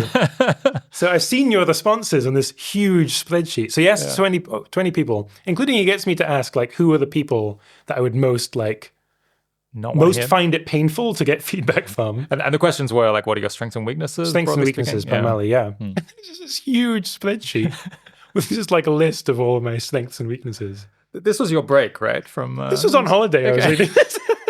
Like literal holiday. I was in Cape Verde. Yeah. I have work to do on like improving my holidays still. Yeah. But that was actually hugely impactful because I do think no matter how much you try and get feedback in your work life and like one-on-ones and so on, there's something, people just go a little bit harder if it's like anonymous, directed via someone else. Well, and that person's like really probing you, being like, yeah. you suggested Will might have this weakness. Like, can you really put your finger on what the issue is? Yeah. Exactly, yeah. So that was super helpful.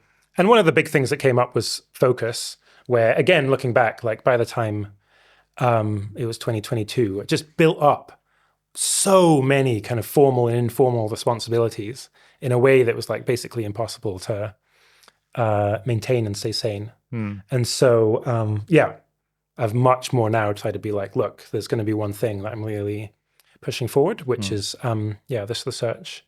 So, that was the very personal kind of angle on what you were asking. Yeah. There were at the same time just like the changes happening in AI. Yeah. Okay, well, if there's a time, if there's a time to start working on this, but then also just like the rise in AI safety as a just legitimate field that now Yoshua Bengio and Jeff Hinton were talking about, and there's AI safety institutes and so on. Very obvious, like next, very obvious thought of like, okay, well, what else are we kind of missing here? Yeah. And at certain, like various conferences and meetings, it seemed like, okay, there was broad interest among people working in AI safety and the effective altruism movement that like, yeah, this is kind of important. And I just started feeling excited about it. Yeah. So I guess we've kind of given a broad overview of, I guess, the portfolio of things that Forethought could end up working on. And I guess, so there's you doing this Better Futures thing is going to be the main focus going forward. And we're having this interview with Tom Davidson about the seizures of power. I guess I'm not sure whether he'll just keep focusing on that or is planning to move on to anything else. Is there anything else that Forethought is doing that we kind of haven't talked about in this interview or the interview with Tom? Sure, yeah. So Tom Davidson's work on concentration of power, obviously super important and a big focus. I'm hopeful that, Tom and I might co-author a bit after that. So perhaps, this is tentative, but perhaps we'll do some work on Utopia together.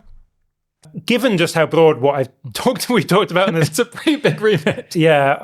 Talked about in this area, I think we have at least briefly covered most things, but what will happen is just much deeper dives into different areas. And so Liska Weintraub has gone very deep on differential AI development, diffusion, and deployment. Tom Davidson and Rose Hagstar in particular are doing more on like the dynamics of the intelligence explosion. With Rose, we had this paper on Intelsat. And then, in the future, I can certainly imagine more depth on some of these particular issues. So maybe it'll be digital rights, maybe it'll be space governance, or others as well. It sounds like another thing that might be coming up is reorienting the project around writing briefs for solving all of these problems to initiate with an AI model once it's ready to actually begin to take on these projects. Absolutely. So I think it's likely that we'll have a bit of a kind of sprint to see, given the current state of play, like I've seen some of the outputs of deep research, but I haven't used it myself yet, for example. I would also just love to spend more time. I would love to spend more time seeing, look, how much juice can you get out of these models now? Can we just start managing them essentially? Yeah. And so, that's definitely on the table too. Yeah. As of the week of recording, it seems like deep research, the new thing from OpenAI, which I guess only became available a couple of days ago. It's extremely good at summarizing information across like existing sources, reading them and synthesizing them. Somewhat weaker at having new insights based on that. But I guess it's possible people will figure out ways of making it do that, because I guess it hasn't really been designed for that purpose. it might be that it's actually capable of looking at all of these things and thinking, well, what stuff is missed in this literature? And I guess if it's able to take that kind of next step, then it's like you're really beginning to like cook on this question of, well, maybe it can actually advance the research. For sure, yeah. I mean, I saw one example of kind of mild kind of result in economics. Mild as in like it wasn't like, it's like fairly moderate, small contribution, but did get published. That was based primarily from O1.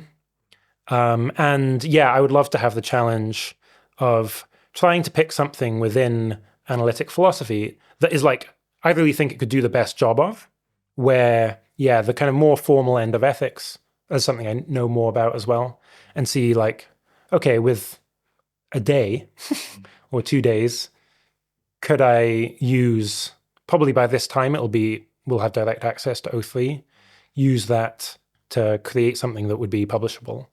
That would be one kind of, bit of a Rubicon, really. Yeah. Is Forethought hiring at the moment or fundraising? Yeah, so we're definitely fundraising at the moment. Forethought lies outside of the kind of cause areas that Good Ventures are currently kind of open to funding. Obviously, that might change. We are not hiring right at this moment, but we're definitely like on the lookout. We do plan to stay small by default, but we can certainly imagine growing a little bit more compared to where we are. And so in particular for like, bright, promising researchers, people who are in, if you've listened this far, that's a good sign. You have that kind of patience, yeah. That's a good sign. In particular, people willing to tackle these sorts of topics. And it is like, it's a very unusual style of research. You don't get it really within academia. So we're producing these things that are, not designed for academic publication in particular. Often involves covering many different disciplines. Involves just kind of, having this very kind of big picture perspective. But if that sounds like your cup of tea, I think we need like enormously more research effort happening here. Yeah, I guess we mentioned earlier another way that people could contribute, which is, I guess, if you're in one of the leading AI companies, then it would be great for you folks to have access to cutting edge models that might be useful for doing this kind of research, like Absolutely. maybe get early access a couple of months ahead of like what's publicly available. Yeah, absolutely. And I guess also to be informed if the models are getting to the point where they could be useful, because I suppose that could set and train a different strategy for you. Yep, for sure.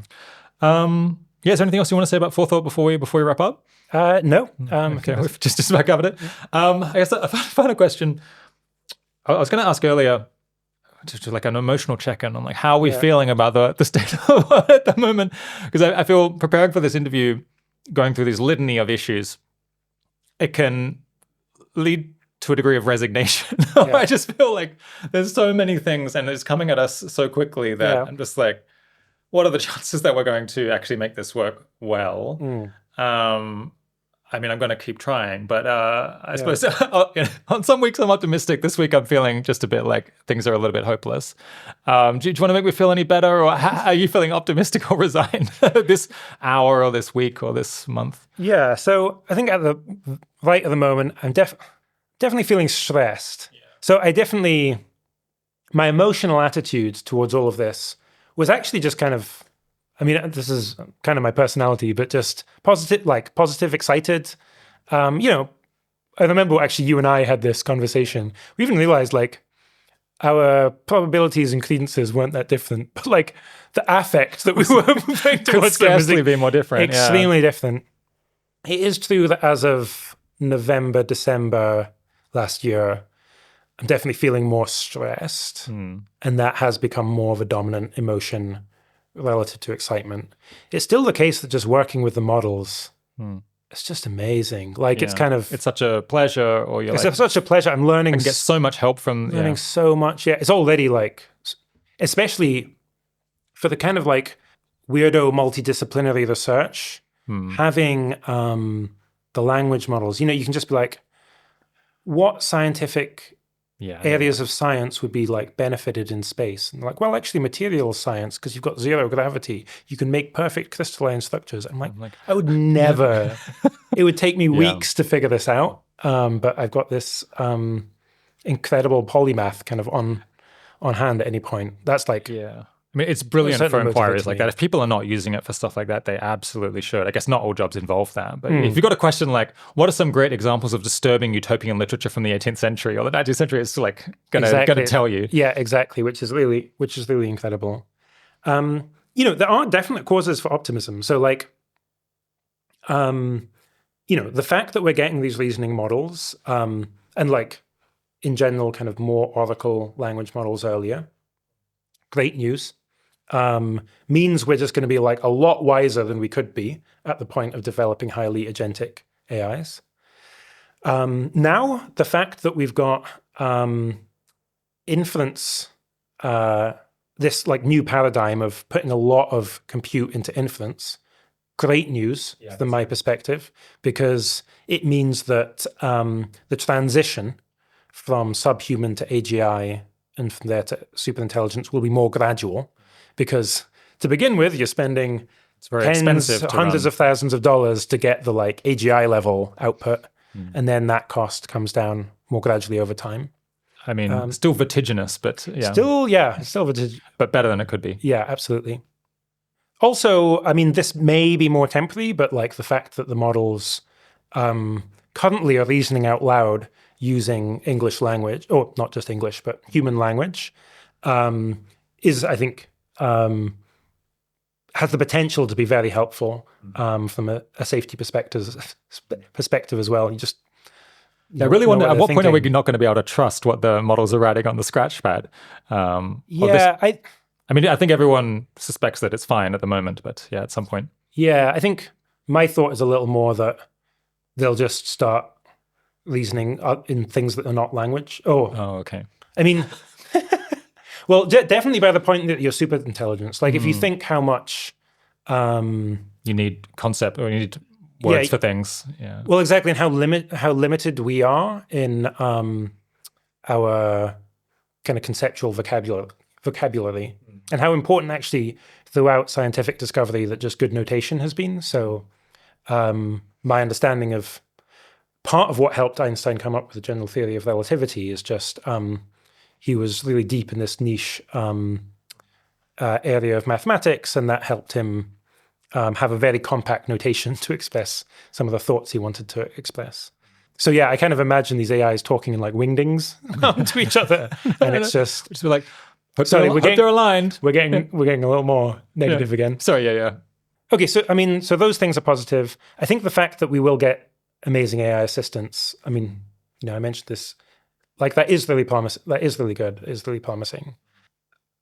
And yeah, I guess the fact that like one thing that has just been amazing is like, and you must feel like this too, is just seeing the kind of payoff from many, many years of kind of movement building and field building, where,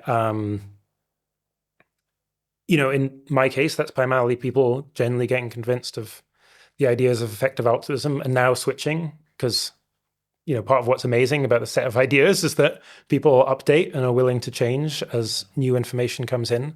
But then also seeing the people who are just, the early pioneers talking about the importance of AI too. And that was like making, that is something that really gives me hope, is the fact that there are now like, still not enough, but yeah, many more than they could be. A lot. Yeah. I went to visit DC to get a sense of like the policy, what people working in policy are up to. And I was just, and in particular, because I was wondering with my research how policy informed I should be. And I came away just being like, I'm not going to add value here. That's great. Which is like really good. It's like these people who are like extremely smart, extremely hardworking, very well motivated, just like, okay, they'll do a much better job than I could. And I think that's true in many different areas. It's been challenging for me to see. I think that we were right about our AI worries all along. And I wish that we had been less timid and less anxious about the risk of being wrong. I wish that we had gone harder. Okay. But okay, on that point, we've mapped out a lot of different ways that people can contribute to increase our chances of making this go better. There's a lot of different avenues that people can pursue. If you're in the audience and have been listening to this, then seriously think about, like, is there some area here where you might be able to do something? It's getting late, but it's not too late to potentially make a difference. Fingers crossed. That's my inspiring message. Well, thanks a lot. Thanks so much. It's been fun. It's been fun.